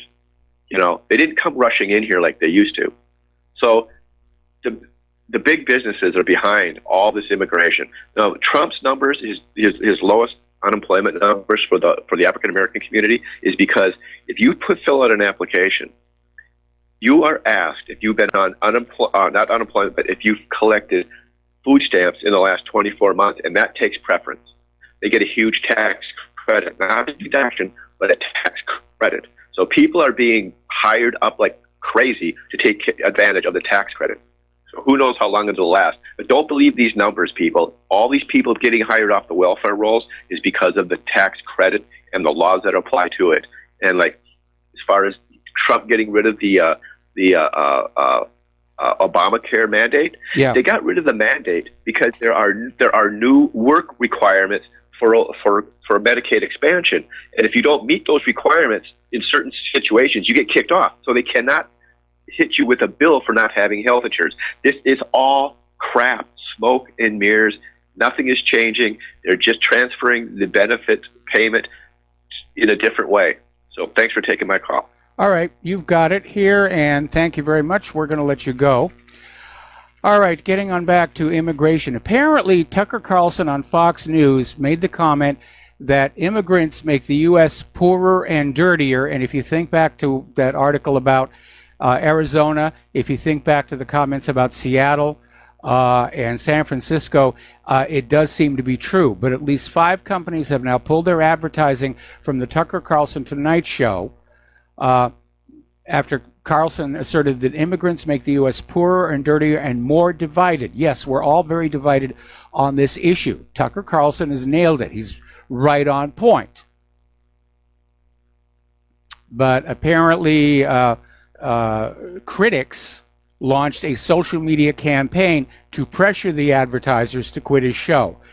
It wasn't the advertisers who were troubled by what he said, it's the open border people. So as of yesterday, Pacific Life, Indeed, Smile Direct Club, Minted, and Nautilus, the parent company of Bowflex, announced they would be suspending their ads during Carlson's show, which is censorship. Now, Tony Blair just been flitting around Brussels and Great Britain, former prime minister. Technically, he's a private citizen now. And he has been agitating for a second referendum. And now he's reversed himself. Today he said he would not seek another referendum on the EU Constitution if it was rejected by the British people. And he said, a no vote means no. Once the British people make their decision, they make their decision. This appears to unambiguously reject a second Brexit vote, which tells me that somebody's doing some polling among the British people, and the margin for leave is growing, way past the point where election fraud can swing it the other way here. And it looks like the European Union is getting ready for a no-deal Brexit. They have negotiated an agreement with Great Britain to stay in the Common Transit Convention without any other Brexit deal. Now, this means that goods can continue to be transported freely between Great Britain and the EEA, with the appropriate customs declarations and import duties only being paid when the goods arrive at their final destination. It's particularly important for the Republic of Ireland, which transports the majority of its exports to the EU across the UK land bridge. And, of course, they also have the agreement where British and European aircraft will be able to land at each other's airports. So it looks like the EU is finally adjusting to the fact that Britain is actually going to leave. Interestingly enough, Jews living in Britain are claiming their right to German citizenship. And they're trying to gain European Union passports. So it looks like many of them may decide to leave Great Britain and move to Europe when the Brexit finally happens here. Over in Germany, their federal constitutional court dismissed 3 lawsuits filed by Germany's Alternative for Germany party early this year against the country's government, against Chancellor Angela Merkel's immigration policy during the 2015 migration crisis. And the court basically dismissed the cases as inadmissible. And so the open borders remain. Merkel wins another one. The German people lose. Now, here's where it gets interesting. As you know, over in Belgium, there have been massive, massive protests over the government wanting to sign the UN Migration Pact. And apparently the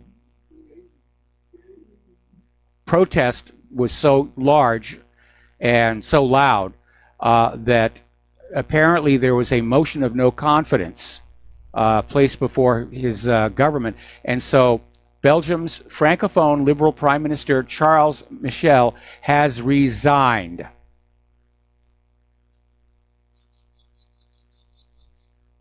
So apparently Mr. Michel had been trying to put together a working majority in Parliament since the right-wing nationalist New Flemish Alliance walked out 9 days ago.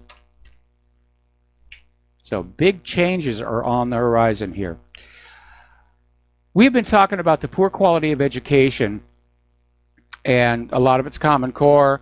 A lot of it is because education, higher education, has become actually more of a money-making scam. Lure students in with promises of high-paying jobs when they graduate, get them hooked on those student loans. They graduate, the jobs aren't there. I mean, how many art history majors does the world need? And then they're stuck. But apparently, according to this article over in Natural News, the other problem is that the universities are turning into little more than training grounds for the next generation of the thought police. And college students today are increasingly intolerant of any speech they dislike, claiming they're offended every time someone expresses an opinion contrary to their own. My response to that is, be offended. I don't care. Now, do you remember the Lockerbie bombing case? And they claimed to find this timer for this bomb, and they arrested this person and threw them in jail here. Well, there's been a new development proving that there was fraud in that Lockerbie bombing case, because the circuit board that was used to convict this Libyan over the 1988 bombing wasn't manufactured until 1991. And so there are calls for a public inquiry and possibly a new trial for this Libyan individual who was sent to jail over this. And after that, there comes the question, what really happened to that Pan Am flight? Who really did do it and why? Down in Parkland, there was a lawsuit regarding the Parkland shooting, and once again, the judge came out and said, the police and the schools do not have a duty to shield students. And Congressman Thomas Massie wrote, it's settled law that the police have no duty to protect. A survivor of Columbine, who vigorously supports letting teachers carry, explained this to me 2 years ago. And after being shot, he escaped only to find the police waiting outside. So there's a message. Do not rely on the police to deal with a violent criminal. They're not going to come on in. Many years ago in North Hollywood, I had a scanner. Scanners are fun if you're into radio, as I was back then, less so today. And this was before the police encrypted their radio transmissions. And I remember one night hearing the police respond to reports of shots being fired inside this home. And the cops just parked outside and waited and literally heard over the radio, do you think he's gone yet? And only then did they go on in. By the way, this speaking about the media spin, the gun grabbers are always out there trying to portray the United States as this battleground of mass shootings everywhere, and oh, we've got to deal with it by taking all the guns. It turns out the statistics show that the United States is not first in mass shootings. We're actually in 63rd place. And to nobody's surprise, the places where there are more mass shootings than here in the United States are places where law-abiding citizens are not allowed to have firearms to defend themselves.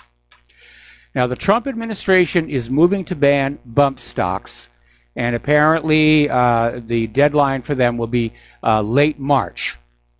After that, it will be illegal to possess them. Now, the devices are being banned under a federal law that prohibits machine guns, even though technically they're not machine guns. And by the way, when this issue first came on up following Las Vegas, people were sending me all those photos of how easy it is to improvise a rapid-fire device for an AK-47 or an AR-15. So it's not going to stop the crazies. Now, Gun Owners of America has already filed a lawsuit seeking to block this. And I've thought about this an awful lot. And when this issue first surfaced, I said, I'm not sure. It's certainly nothing I would ever want to have or use. But I think I'm becoming a purist regarding the Second Amendment. And that is, the American people are allowed to have weapons equal to those of the criminals, if not superior, and sufficient enough to hold at bay an abusive government, which is what the Second Amendment is really about. It's not about target shooting. It's not about hunting. It's about giving government a reason to leave us alone. Now, interestingly, up in New York, they passed a law banning nunchucks all the way back in 1974. And the concern was that youth inspired by martial arts movies would create widespread mayhem. But a federal judge, Judge Pamela Chen, issued a ruling in a Brooklyn federal court saying that the ban on nunchucks is unconstitutional. So apparently the plaintiff, James Maloney, started his legal quest after being charged with possession of nunchucks in his home in 2000. Apparently this has already been up and down to the Supreme Court.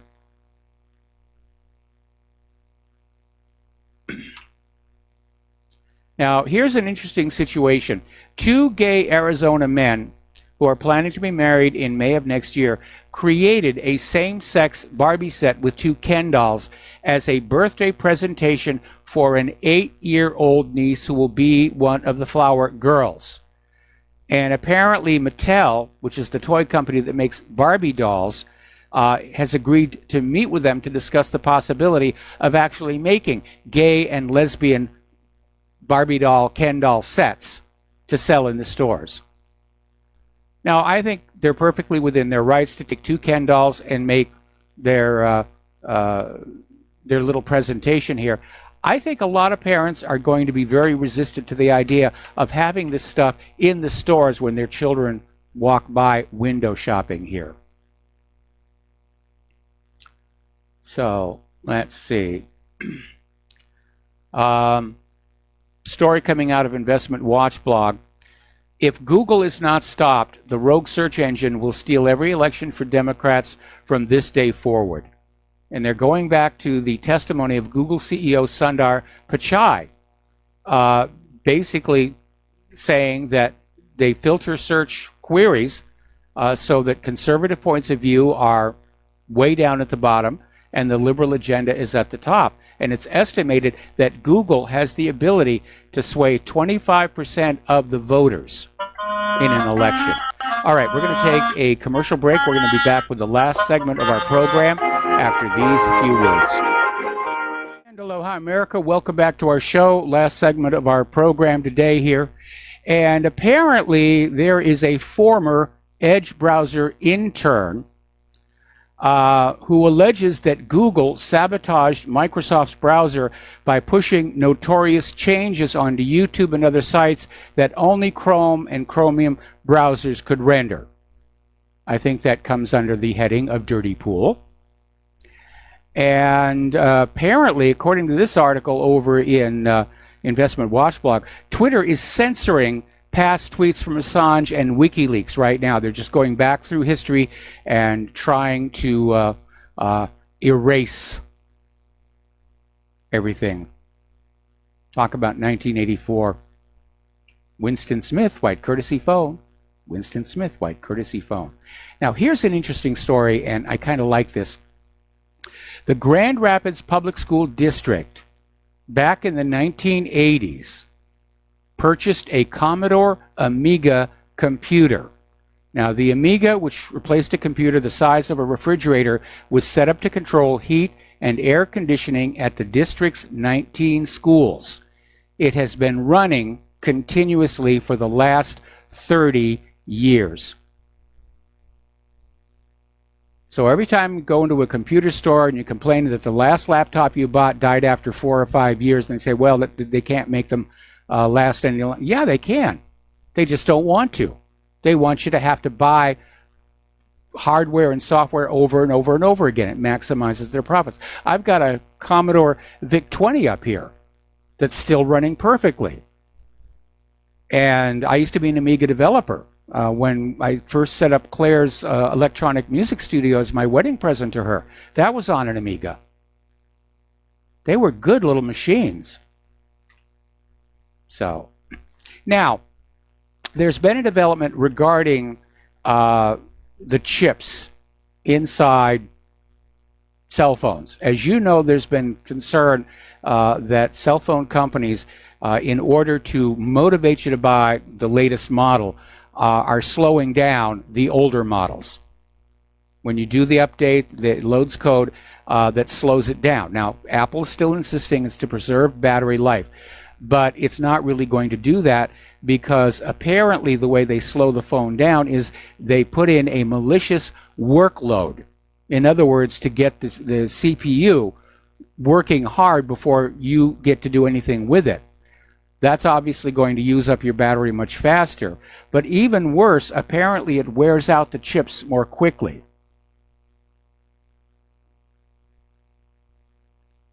So there's a mess here. Apparently, advertisers are now tracking which emojis you use to determine your emotional state, so they can target advertising on you. It's really a little alarming having your life just totally open and no privacy whatsoever. Oh, there's the music. Time for me to shut all this down here and go do something useful with the Lady Claire. Please stay tuned for John Stedmiller. I'm sure he's got lots of interesting things to share with you. Please take what you learn here, share it with everybody that you know. Use email or face-to-face. Bring back the art of the conversation. Don't use corporate social media. They are filtering everything these days. These are the places to go. If you're into funny kitten videos, you can go to Facebook and Twitter, and all will be well. All right, so we're going to get out of here. We'll be back tomorrow, and Aloha America.